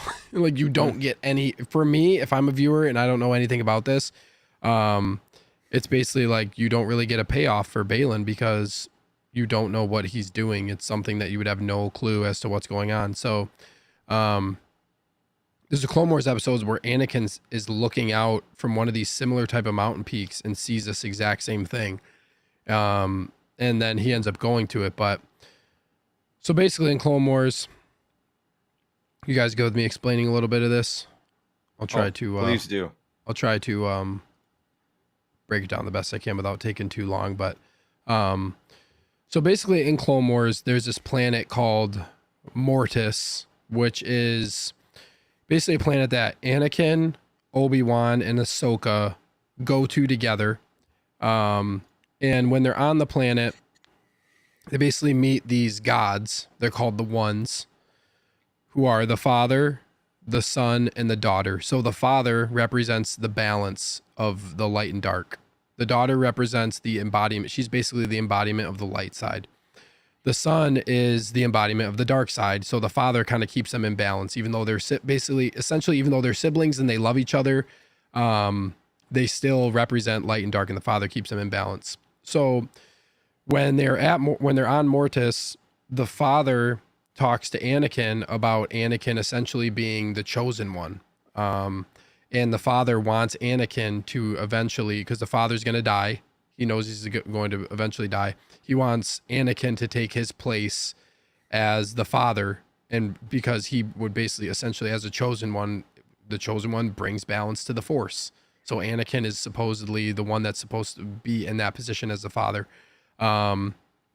Without getting too much into the episode, a bunch of shit goes down where basically, you guys want me to like really talk about like what happens to these like the Ones, or are you okay with me kind of getting into it? Yeah. sure. Sure.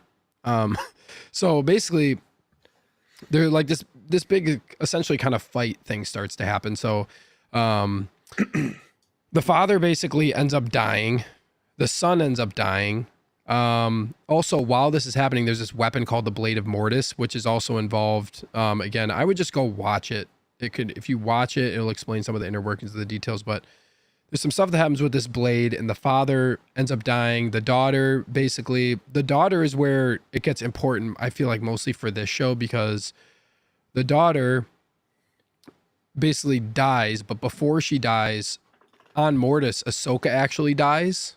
So in order to save basically an innocent person, the Daughter is injured, and she takes the basically the life source that she has left, or the power of her life that she has left, and she basically inserts it into Ahsoka. So she resurrects Ahsoka with what life she has left, and in turn that kills the Daughter. So basically the last living part of the Daughter is now living in Ahsoka, is basically what that could mean, potentially. We don't know for sure. There's still some like mystery around this. And then that's when like Morai, the convor, that bird you see earlier in the episode, basically starts following Ahsoka around everywhere. And there's, theories about how Morai is essentially like the physical manifestation of the Daughter, but also the Daughter could be Ahsoka. So like, that's why Ahsoka and the bird, like the convor, are so deeply connected. So when you look at the grand scheme of, as far as this show goes, basically Anakin is the one who it seems like at this point is like the balance, because we know obviously what happened with Anakin. When he turns to Darth Vader, he ends up like realizing he's good. So Anakin's still like the chosen one, right? To bring balance to the Force. Hey, there's Convor. So tweet. tweet. So Anakin's like basically the chosen one. So he's going to bring balance to the Force. So basically, like, is Anakin taking the role of the father, and then is Ahsoka the daughter? That leaves, and that's if that's even true. Like, if that's even what ends up being, in my opinion, that is, I think, where this is going. I think Ahsoka's arc eventually ends with her being it is going to wrap up somehow with Anakin being the father, Ahsoka, the end of her arc is she's going to be the daughter, I think, of the ones. And she's got to be gone for the sequels. Right? So I think like they're gonna end up wrapping her arc up of her being gone in that way, which I think would be great.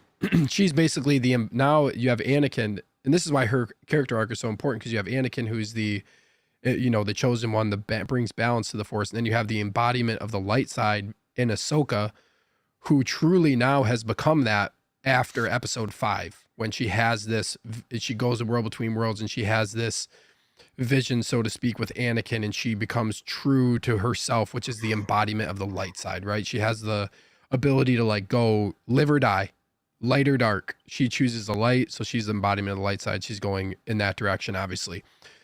It seems like Balin is either after the power of Mortis, or he's after maybe like he wants to talk to the sun, because this is another thing, is like, is the sun truly dead? Like, he's a dark side, like he's the embodiment of the dark side. So like, is he trying to talk to the sun? Is he trying to gain power to become one of the Mortis gods? Is he trying to become the one? You know what I mean? Like, you got to remember too, right. Balin was a Jedi. Like, he was from Order 66, or he survived Order 66. He was a Jedi. So like, it's basically all speculation on what Balin wants to become. Does he want to like become one of the ones? Another thing is Mortis. Beyond Mortis is the connection to the world between worlds. Like, that's a whole nother part of Mortis, is in Rebels when Ezra eventually goes into the world between worlds, the portal, the doorway, excuse me, the doorway that he finds, that he opens, there's a mural on the doorway of like the ones. The gods of Mortis are on the doorway.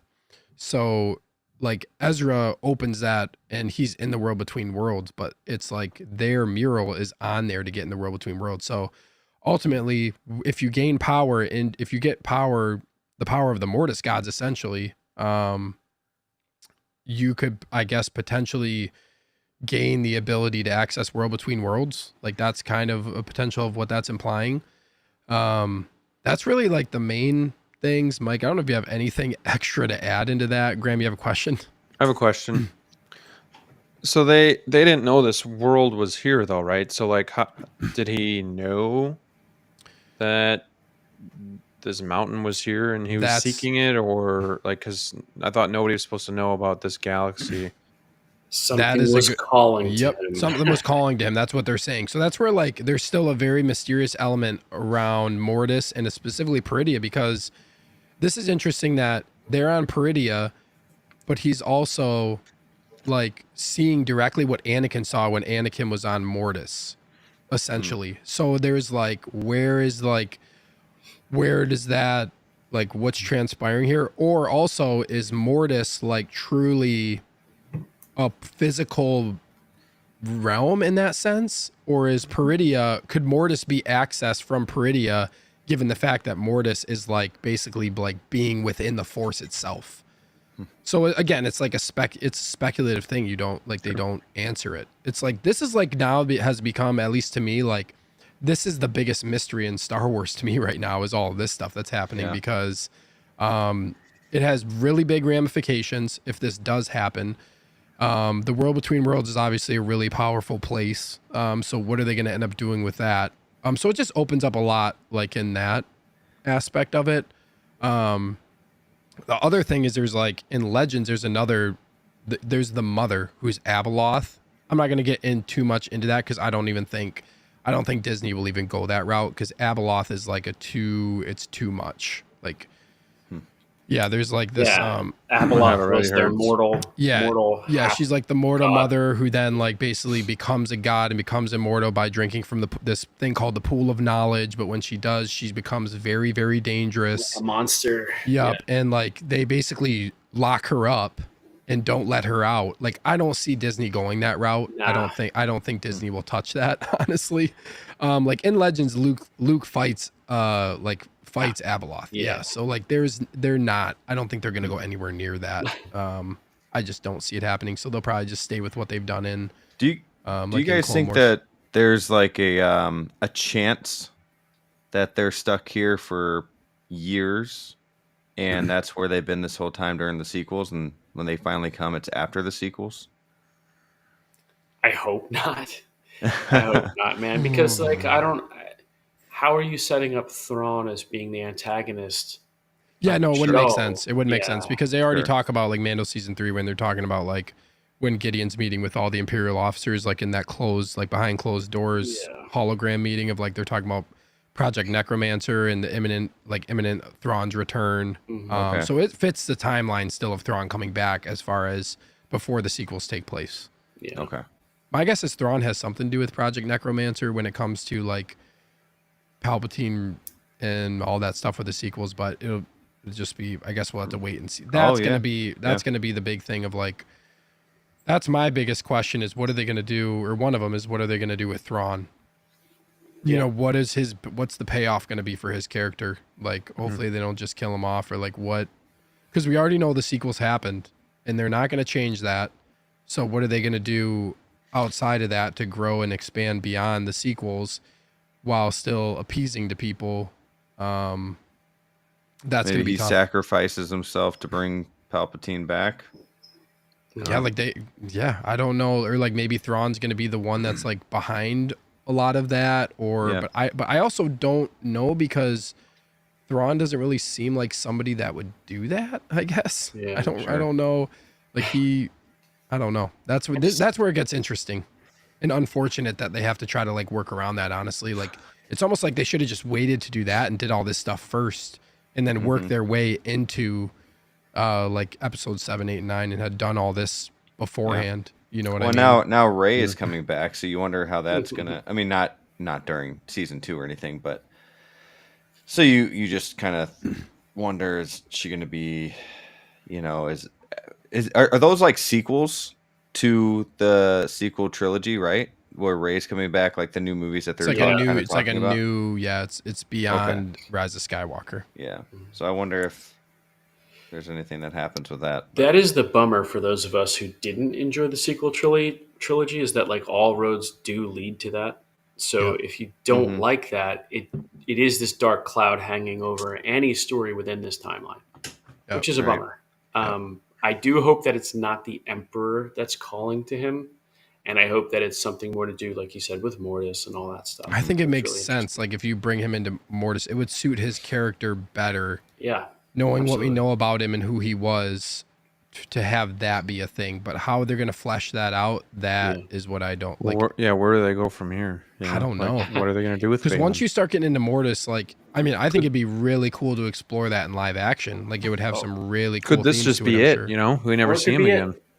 Could be. That would be It the could easiest way be. to just write it off. Is It you could just be. leave it as It is. so it could be that, and if they don't want to recast, him, it would basically be they would do everything off screen. They would finalize his arc off screen and say, Yeah. "This is He what was he's never seen become." again. And then Yeah. would you do the same thing with Shin though? Because of that? No, she'd be separate. She. I don't think Shin has. I think they separated Split. Balin and Shin because Shin has nothing to do with Mortis. Sure. I don't think she has anything to do with this. Leave Streamer Yeah. would be a good cast option. Yeah, he would. Yeah, they have like. Yeah, I guess it just depends on where they want to go with it. It's gonna be interesting. See what happens. You know what's cool though? You brought up World Between Worlds as well, and how it relates to all this. And Ezra has a really unique connection to the World Between Worlds because not only did he access it in that last season, but he also accesses it at a couple other points in earlier seasons. Like in season 1, when he finds his kyber crystal, if you remember, he's just all of a sudden Yep. in like this, he's transported into some space. And Filoni has said that was the world between worlds. Mm-hmm. So yeah, he seems to be able to access it, like not Like just when he's fighting the door. Inquisitor and all that stuff, right? Yeah. In the Mhm. darkness, yeah. Yeah, and it seemed So- like the way that Filoni like has described it is also like it's a place of knowledge. So like Yep. the more knowledge you gain, like maybe your experience within it is different depending on who you are. It's really interesting. Like I said, it's like the biggest mystery that I'm sure they have answers to. But it's gonna be very interesting to see how they flesh it out. Sorry to keep harping on Filoni, but I like that you said that because he said it himself. He said, I don't ever plan on answering everything. I want to pose a lot of things. But the important thing is I and the writers, we do know the answers. Yeah. And That's I was important. I was like, thank you for saying that second half. That is so important. That is very important that they know the answers, because then you have some direction in what you're writing between here and where you want to go. And I don't need everything answered, but as long as I trust it that you know what you're doing, I'm cool with it. Yep. Mad Planet 23 says, "Hi folks, what is up, dude? Thank you for tuning in. Maybe Thrawn heads back to the Chiss Ascendancy. That would be weird, or that would not be weird. That'd be interesting if he just like ended up, reuniting with his people at some point. That would be cool. Tighter FL's good. I don't know. Ezra is the key to stopping the sequel trilogy. Excuse me. Jedi. Yeah, wouldn't that be something if like Rey comes into like the following movies and she's not even Rey Skywalker, she's just Rey? Well, she's Again. not Rey Skywalker, first of all. Well, I know. I'm teasing but you, like, I'm teasing you. like if like none of that happened and she's Skywalker. just like that normal person, I know. again. Yeah, that'd be cool. Oh, that'd be right. great. Like he changed the Period. timeline. Like he changes the timeline. yeah, She's that'd be great. She's Graham, just what'd a you say loser last on a week? You desert said planet. you said Shin Skywalker. Shin Skywalker. Skywalker. Shin Sky. That was funny. That was good. Shin Or what if Shin? Yeah, no, it would make sense. What if Shin is the old lady in the desert? It's like, who are you? Who are you? I'm Ray. Ray here. Skywalker. Right. I guess. Oh, that's funny. I have no other friends. Jedi 291 says, I think she'll form the Knights of Ren with these guys. I don't know if that is possible. I think we see like kind of who the Knights of Ren kind of form as in the comics. I have to go back and look, but That'd be cool though. that would be kind of cool. She does kind of fit like that profile of like what that could look like for sure. Another just missed opportunity. Just Knights of Ren could have been so badass if they were fleshed out. Would have made for some cool figures too if Ryan they actually wasn't were like interested. Yeah, that would. they would have been a cool group of figures to have if they like actually like said what they actually were more than they did. Anybody got any more thoughts on this? Balin, Mortis? Now Interesting. You killed it. You crushed Interesting it. stuff. Mhm. Tried my best. Probably missed some stuff. There's a lot. You got to like go back and I will probably go back and rewatch that, like those episodes now that I'm done with this. Did That was did the father, I guess, did he create the Force or was he just No. the Force? Or how did what He's do you just mean by like- like the balance? He was a Skywalker. They're like the ones who are basically like these gods that are essentially representation of these different aspects of the Force. Yes. Okay. And then you get into like what power they have, and that's where like you get into World Between Worlds. But again, that hasn't really fully been explored as far as like what access does that grant them, or like does the gatekeeping for that work, even if you're like a god, so to speak. But so were they a type of god? Like were they gods or they were? Okay. Yep. Okay. Well, Makes that's more like what sense now. people call them, the Mortis god, like the Mortis gods. Okay. Yeah. For a minute, I thought maybe they were like certain species on this planet, and somehow No. like they were like No. a king and had this balance. Or okay, But There's they are another- essentially trapped there. They're not like they don't travel throughout the galaxy or anything. Another thing is really interesting is like I think it's on Mortis. I have to go back and look. Mike, do you remember the episode where Anakin sees the vision that he's going to become Darth Vader? Isn't that when the he's on last Mortis? episode of the arc. Yeah. I was gonna say that's the Mortis arc, right? Where he's like Yeah. in there. So Anakin sees into like his basically The into father his future. shows him exactly. Yeah, he I think sees I into saw his that future of episode what he's too. going to become. It's really crazy, actually. So like, but then when he leaves the planet, his memory, he has no recollection of Yeah. being Oh, on the wow. planet. So that's another thing is like Anakin, they don't have any recollection of what transpired basically. Wow. So that's Because when you're another watching interesting it, point. you're like, wait, they just broke Star Wars. Yeah, you're like, How holy could shit. he So know he now this? knows, but Yeah. like, it's basically, he's just showing him on that planet and he's telling Anakin, like, you need to make a choice. And Yeah. Anakin leaves. So how come he didn't remember anything? That's just what. It- it's just- Okay. Do this you is remember what- Men in Black? Yeah, Like, that's basically. basically It's what they basically. did to him. It was basically. This is your future. You have a decision to make right now. Do you want to take over for me? And he chose Okay. not to. Okay. And then basically all hell breaks loose like on Mortis and all Sure. this shit happens. Sure. Makes Yeah. makes way more sense. Yeah. Now. I must have missed Yeah. that. But I just thought maybe he left the planet and nobody remembers anything That from is what that happened. planet. That is what happened. Yeah. But They don't okay. remember anything that happened. Yeah, they just don't remember anything. It's not really explained exactly why. So the but, people, so Thrawn and them aren't going to remember anything either, or No. So this is Mortis. We're not talking about Peridia. We're not talking about this Okay. planet that they're on now. We're talking about Mortis Okay. specifically. I thought you were saying Anakin was on this planet as well, though, and he saw so. those. That's where we don't know. Yeah, we I'm don't sorry. I'm sorry. No. This is where it gets like pretty confusing because then we see like when he's looking out over this mountaintop Yeah. and he sees this he sees a glimmer. There's an episode in Clone Wars when Anakin sees that same thing and he goes to talk to the father. Right. But again, we don't know like that's why I say where is Mortis exactly and like how do Peridia and Mortis connect in that way? That's where it's interesting. That I don't know. That's where it's weird because Peridia is like this, obviously like this is, I will say now that we're like, I know we talked a lot about before of like, oh, they're going to a different galaxy. This planet was definitely like planted in this show for a reason. Like Yeah. there's a reason they chose Peridia and like the history of this planet, obviously now with the Night Sisters, but like with this too, they have these statues on, this Mount Rushmore of the Mortis gods on this planet. So there's a reason why it's off galaxy or I guess in another galaxy, so to speak. I like that you just said, well, that's where it gets weird. Yep. It got weird like 20 minutes ago. It is. Yeah, the whole thing is really weird. So that's why I say like, I mean, I give them credit for how they like. This is like just. I never would have Filoni- thought they would do this. This is like Filoni though. You know what I Yeah. mean? Like this is what he's Yeah. done with a lot of stuff. But when we talk about, I feel like now that we talked about that, now, that's why when I say like, and Mike, you said too, like when you guys haven't seen the show, it's like, yeah, if you don't know any of that, this episode is like you're just seeing stuff that doesn't really mean anything because you just don't know. Mountain No. people. Cool.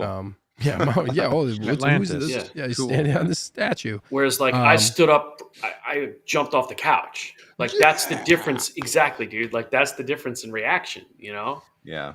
So, Yeah, I was like, no freaking way, it's crazy. But yeah, it's just you just like, and that is when it kind of sucks. But hopefully they end up fleshing it out because then you don't get like that's part of a finale. Like Graham, like you said, you want something to be like a big moment in a finale, right? You want something to be big, and then this is like Yeah. if you don't know, you're gonna be like, okay, Balin just like was standing on a mountain, and Shin was just like, okay, Shin went with these bandits, and that's the end of their story for this season. Like that's kind of a letdown if you don't know.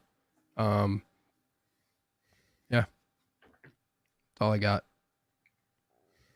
That's all I got. When I wake up tomorrow, my voice is completely gone. Okay. It was worth it. It was worth it for you guys. Appreciate you. no, you summed that up like really, Um, really well. I tried my best too. I'm sure I missed some stuff No. in there from what I can recall about this, but I'm gonna go back and watch it because now I'm intrigued to go back and see it again because I'm sure I missed some stuff. Oh, yeah. But nevertheless, I'm excited to see what happens with this. And then we get this flying down to Dathomir. Don't get to see Dathomir, but again, like you have to have a second season. I don't know how you don't. You know what I mean? But seeing Dathomir in live action too, going to be awesome. I don't know if you guys have any thoughts on this part here as far as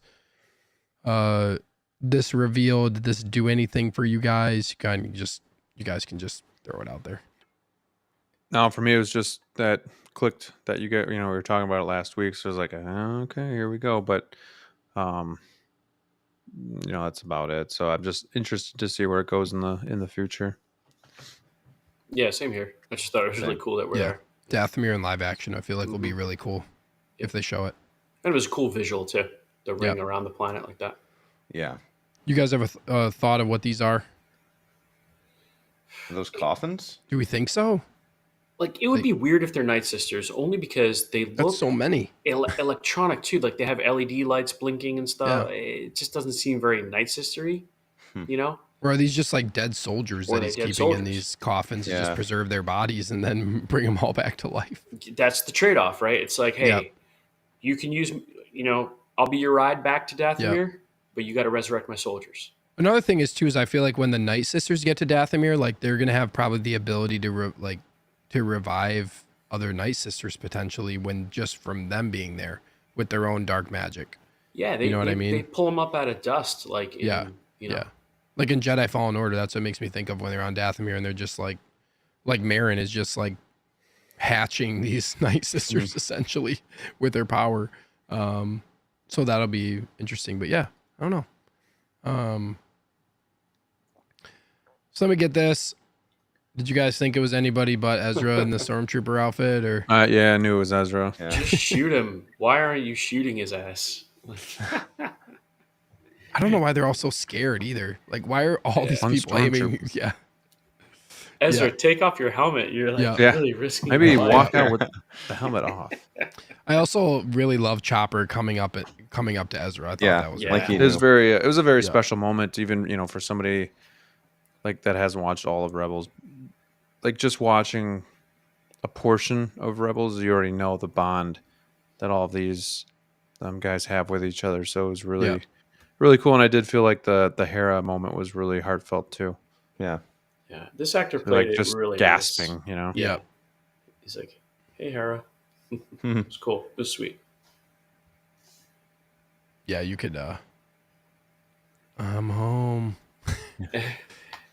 But again, he's there without Sabine and Ahsoka. He's just like, hey, I'm home. Like like smile Hera. and then just again like Hey, Hera. Where is Not everybody like- else? hello, not like hello, I gotta hello. tell you something. Oh my gosh, like Yeah. Yeah. Where's Oh, Sabine? I Where's also didn't even Ahsoka? know. I also didn't even notice the ghost is right here until Yeah. just now. And isn't that a Republic shuttle? Like, I don't know where he got that, but whatever. Oh yeah, this the ship that he came in on. Yeah. He took it from. I think this is one of the same ones that, he got it right off of the Chimera. Remember, because he was in the hangar. Mhm. Remember remember in episode 7 when the night troopers like fly down on those shuttles? I think it was one of those. I think it was one of those same ones. I just gotta say, Hera's gonna be a lot of pleather. Yeah. Seriously. Oh. I bet Like how she- the turtle people were happy with the trade off though, Ezra for the 2 chicks. Yeah, right? Not bad. Somebody Dilo else on says, YouTube. finally, the plot is here. Yeah. The plot was is gonna here say- just for you, Dilo. They frame it perfectly though, in like just this one shot. And I noticed it. I was like, there you go. You always gotta have it in. Oh man. I forgot about this part almost. This was really good too. Yeah. So this one, like Ahsoka says, we're right where we need to be, essentially, and Ezra is too. I guess. I guess. None of that really worked. But then for me, why to would be you honest try to with leave, you? like- Yeah, My question is where does Sabine fit into all this right now? That's what so she's gonna train with Ahsoka to become what? Like, where does Sabine fit into what's gonna happen with all these characters? I don't know. But what I meant to say earlier was at least Sabine, and she does it here again. Earlier in the episode, she says, "I'm sorry." Like, yeah, you finally, Yeah, you fucked up. finally, yeah. And she kind of says That's what it here Ahsoka should again. have said to her. Yeah, you fucked up. Yeah, right. But to me, Ahsoka's like, I get it. It's the last moment of the season finale. You don't want Ahsoka to be like, "Yo, what the hell?" So she has to be like Yo, what the hell? somewhat pleasant about it. But she's a little too happy and chilled out. Like, Yeah. I'm not nervous for them because they're not nervous. Does that make sense? It should Yeah. be like Dumb and Dumber, where he finds out he drove the wrong way, Yeah. and he's just like yelling at him, like, we're here because of you, type of thing. And Like the Noti come up to them, and they're like, we're looking for 2 chicks to lather down some sunscreen. There's there 2 is a chicks. town. Yeah, That there's 5 miles there are past some that Night way. Sisters. That way. Yeah. You idiot! The town is Yeah. that way. Yeah. You realize what you've done. Yeah. But yeah, I thought she was a little too like, nah, we're all good. We're You're here. not We're good. supposed to be here, man. Yeah, Okay. this is terrible. This is the worst thing that could ever happen. Yeah, Thrawn's going back to destroy and create war, and this is where we're supposed to We're be. not there right to where we defend need it. to be. Yeah, what? I don't know. It didn't. Yeah. That didn't work. for Unless me. somehow the Somehow Palpatine returned. Ooh, well the gods are gonna like give Oh, her well. more power or something like that, or with the They'll whole float her back. See, Just like Mortis sounds just like Balin? doesn't like Mortis sound just way more intriguing than like Palpatine just Yes. coming back. oh yeah. Yeah. Because it Graham's- wasn't a Graham's last minute unsure. idea. Graham's unsure. I don't think they anything both can save suck. that series, but we'll see. Graham's done. I know they're Graham's gonna do done their with the best to sequels. write it in so it just works, but That's what they. Yeah, they have to just make the new Republic as incompetent as possible. Yeah. to So that make the they all sequel. fall. Yeah, yeah. Yep. And that's another weird thing is like Balin was like, we need. It was almost like he wanted Thrawn because he wanted Thrawn to like. He was like, we need the destruction in order to like. Whatever I forget exactly the quote that he said, but Basically, like you want an omelet, you have to crack some eggs. yeah, like you need to. Joker. Like this need. Joker. This needs that Thrawn. He was basically speaking like as if Thrawn needed to happen and Thrawn needed to go back in order for him to get what he wanted, essentially. But Yeah. um, I heard a crazy theory that he is Obi-Wan's brother. Balin. Yeah, because remember how we learned that Obi-Wan has a brother in the series, but there's like no other mention. It would be a little weird because he's also a general, and like they didn't sense each other. Oh, I'm gonna read But, up on this one now. It's related to the that goat. would be be a lot pretty younger crazy. too. I don't. Yeah, that's true. I don't think Disney. Well, okay, so that could make the brother angle work though, because he does say it was his younger brother, right? I'm Maybe pretty a half sure. brother. How Yeah. young was Balin? I guess during Order 66, and like how old would he be now? Wouldn't he have to at least? Well, he had to be a He would young. have been. There's Balin was that little kid that was shown in. Master Skywalker. Yeah. What are we going to exactly. do? Yeah, That was Balin. there's another Yep. theory that it's that he's that kid, That he's that exact which is kid. really Yeah. funny. Yeah. Yeah. Anyway, whatever. I'm just Interesting. throwing it out there. That is interesting. That would be really cool if we get Obi-Wan's brother. That would be cool, but they better just make it respectful towards the goat, Obi-Wan Kenobi. The goat.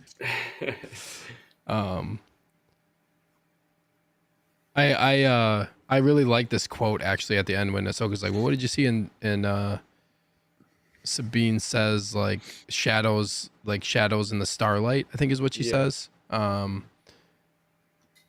And then it shows, it's like it was obviously directly inferring to Anakin. I didn't really expect to see him at the end. I thought it was great though. Look Yeah. at that. Look at this. Made people cry, Come on, you guys. Yeah. including Steven. Good performance too, right? He starts off, you're like, what is that expression? He looks kind of sad, and it gives you a little smile. This is the chosen one, everybody. The goat. But again, this brings up problems like, okay, I know he had a relationship with Ahsoka. That's great. Where is he for Luke? Like, what? We know Mike, it doesn't matter. Let it I'm go. sorry. That you're right, stuff you're doesn't right. exist. I'm just No, kidding, dude. Graham, you bring up a good point because that is how I get my head around Disney Star Wars. It's essentially fan fiction, and I can pick and choose what's my canon. I have my own I do head the same canon. thing. Yep. It just bugs me when anybody brings it up because I do remember that it did happen. No, I'm just kidding. But seriously. Look at Yeah. this. Look at this guy. So good. It's so good. Liz, who would have thought the show was gonna end with a look at it? Good old Annie. Yeah, I love. Tider's asking if that's his last appearance in Star Wars. To me, it led on like he's going to be more of a role still in the next season. He's not done. Yeah. I hope he's not done yet. There's no way they're People are loving it too much. They want that money. Oh yeah, Hayden's wants to do it. He wants to come back, and like you got to take advantage of it. At least for season 2. Well, at least while you can, yeah. You got to have an Ahsoka talking to Anakin Force Ghost scene or something, right? Throughout the whole Ahsoka series, at least, yeah. Yeah, I'm so happy for him too as an actor. 100%. Oh, me too. When he came out and everyone cheered for him, you ever see that? Like He's all choked short- up, and yeah. it's so good. He's You all just want to the like heavy- hug the yeah. dude. Yep. He's like, you're making me emotional. You're making me more. Squeeze a saber. Oh, wait, what? Wait, what? Oh Yeah. man, what a breakdown, guys. Yeah, man, Wow. It's a sad day. it's a sad day. After I'll Ahsoka. see you guys in 2 years. You guys in for 2 years, episode yeah. two. Right. After Ahsoka season after Ahsoka season 2. Yeah. That'll be my new show in the future. What you do There until we then? go. Yep. Got to figure out content until that point. With that being said, do you guys have anything else you want to add about the show? Go. It was just really solid show. Like, yes, there's holes in it, but like, Boba Fett was a train wreck. Mando has holes. This just felt like it was solid. Yeah. It's good, Every I agree with episode that. had something to break down, like Yeah. in more detail. Yeah. I feel like. and I like This- that it fulfilled me and kept me wanting to see the next episode. Yeah. Agreed. Tighter. Yeah, this show had holes. Mando has holes. Reva's got lightsaber holes all over her. There's a lot of holes in Star Wars, but you That's pick true. and choose your hole. I'm gonna do an episode of each lightsaber stabbing, a detailed breakdown on whether or not the person should or shouldn't have survived. You have to do like an overlay of like I'm where gonna do organs are in the 3-dimensional human body. anatomy on my 3D anatomy app that I have from when I was in college. Spoiler: I- they should mostly die. I've heard people say like, no, but it was just to the left We are or going right to look of the into spine. each individual quadrants at all of the It's vital still organs in cauterizing the a area. hole in you. Right. Like I think people do think human beings are a spine and then goo.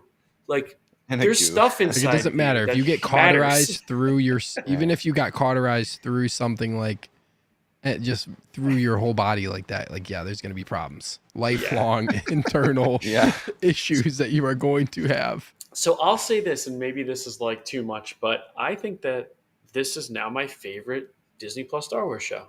I really do. I can admit, not the best writing, and or much better writing, tighter story, really intricate details. Basically a perfect show. But this is my favorite Star Wars show, if that makes sense. Yeah. It's more Star Warsy, and it has more lore, so I like it for that reason. Yeah, I think, it's really hard I think Mando season 1, Yeah. well, and Mando season 2 was good too, It but was really good. they were Oh, I both love really them. good. I think love this Mando. was better than Mando season 2, but Mando season 1 was like 10 out of 10 for me. That show But is but so I good. will say I'm kind of with you, Mike. I think this is definitely top 2, top 3 shows that Disney has done with live action, Star Wars or Marvel. Yeah. And it's just one of those shows like Jedi was saying. We were getting together and watching it, and anytime you can do that, like Game of Thrones, like we mentioned before, it brings more of a meaningfulness to that show and something that you're going to remember. So it was nice to have that for sure. Yeah. It was And kind of like what we did here show. too, like coming together and talking about it. I mean, Mhm. I don't get that a lot with TV these days. So I agree. Yeah, the show had a lot to break down. Yeah. I would say it's got to be up. Like, yeah, I mean, it's definitely top. It's up there with Mandalorian. I think that's what I'll say. I also really like Kenobi, but I feel like this show there's just more. Kenobi that show was like truly could get by as a limited series. Like this is Yeah. exploring. This has a lot more baggage attached to it. I feel like that's probably a good way to describe the show. Is you just have way more baggage and way more things to get through and explore in this show versus any other Star Wars show. Mandalorian, they were able to kind of create something new characters. This one, you're already going off of source material that's already extremely in depth. and you're progressing it. So I feel like that's kind of where it sets itself apart. And I thought they nailed it when it comes to that stuff. So yeah, super happy with it. Yeah. Yeah. Yeah. Yeah. Yeah. Yeah. Yeah. Yeah. Yeah. Yeah. Yeah. No. Uh, No. Yeah. No. No. With that being said, guys, thank you so much. I will let you guys plug whatever you're doing. Mike, why don't you say your usual spiel real quick? Because this is the last time. Sad. It is very sad. I really enjoyed doing this with you and with you guys as well. Like Stephen, Rick, Graham, you guys have been great. So I'm going to miss it. But life goes on. And No. at least if life lasts until Monday, you can catch me on One Six Figure Focus at 3 p.m. Eastern. And then on Thursday with Connor and Hot Toys Hotline at 7 p.m. Eastern. So that's where I'll be. Or at Throns_office on Instagram if you want to say hello. That's nice. it. Love it, dude. Love it. I try to catch those shows. Usually. Yeah, they're fun. They're good dudes. Yep. Nice. Brickster. The Brick. Yeah, you can find me over on Instagram as well as Brick Artemis, as well as my YouTube channel. I have a couple reviews out for Lego that I do. I also do Hot Toys figures, and of course, Wolfpack Wednesdays. That JEDI is in charge of that whole thing, and we have a good time with that. But yeah, I would love to. It was nice getting on this with you guys and getting to know Mike a little bit more, and hopefully, we can do more with each other in the future. And this isn't the last time going live together. So, but thanks for having me. It's this, I think, dude, second episode. So it was a pleasure for sure. Nice, man. Yeah, thanks for being on the Jedi Knights Watch. You're up, sir. Yeah, for my channel, I mean, same old. Try to put content out every Friday, and then we do Wolfpack Wednesday every Wednesday night, obviously. Today I just came out with something like a display, and a collection update / reorg. So I like to share that stuff with you guys just because I like seeing it. So just kind of brings you into my house and gives you, I like your feedback, so I like doing those videos. Outside of that, this was a lot of fun. Thank you guys. Thank you, Steve, for giving me the opportunity to kind of be on the panel week by week, even though, I'm kind of not as knowledgeable about some of this animated stuff as you guys, or this new stuff as you guys. So definitely learned a lot. Definitely had fun getting to know, Mike as well as the other guests a little bit more, and just hanging out with you guys and talking Star Wars. So learned a lot. Happy to just share that with you guys, and yeah, looking forward to us streaming again at some other time in the future. Very nice. Yes, Wolfpack Wednesdays. Always excited for that. Hopefully my voice is back fully by that time. That show was great. It's just on a little late for me this last week because my schedule is early, but that'll change by next week, and looking forward to checking in every Wednesday night. I love it. We missed you. We missed you. We missed you on Wednesday. I'm sure. Now that the show is over, I'm probably going to start consistently going back to TCT, baby, the collector tour. Let's go. Those are great. Yeah. TCT, which is a show where I interview collectors and kind of like their collecting journey and gain their insight into the hobby. It's a lot of fun. Yes, throw it up. TCT. Yeah, so I'm gonna get some people lined up for that. I've been chatting with a couple people, so that is in the works. Before we go, did anybody get anything new? I got the armored Batman. Oh yeah, buddy. I need that figure. Beautiful. I mean, it looks. Thank you, but like, you got it displayed already. Oh, but yeah, I had to put them up there. I have Luke lights. I just haven't installed them because I'm moving soon, hopefully. But he'll be lit much nicer when I finally get him set up proper. But yeah, you got a steal on that guy too. Oh my god, dude! Just make that offer on eBay. Don't be shy. Go for it. Go for it, man. Wow. Anybody else? I know Graham, you kind of I have slowed down a a- little bit. Yeah, I've slowed down. I have a short trooper that's ending in 5 minutes that I'm watching right What's now. it at? What's it at? It's still at 164. 5 minutes? I know it's gonna dude. jump, all so it just right. depends on how much it jumps. We gotta cut off. Brick, you get anything recently? I have Doc Ock coming on Tuesday. Not here yet, but Ooh. just waiting for Sideshow. They did ship it, so it should be here Tuesday. And yeah, just waiting for the Can I other review figures. that for you? Dude, nice. You know, I was thinking that, but then I reviewed Black Panther. I'm like, maybe I want to review it. So I don't You know. do I'll it. let you know. You know let you you do it. I actually don't want to mess with all those arms and everything and Yeah, break it and then. I don't mind Yeah, if you my take ass them about out it. if you want to look at them. Yeah, we'll see. I might look at them. Dude, nice. I have not gotten anything that's going to be delivered anytime soon, but I did pre-order the Battinson Bat Cycle today. Really? Damn it. Be proud of that.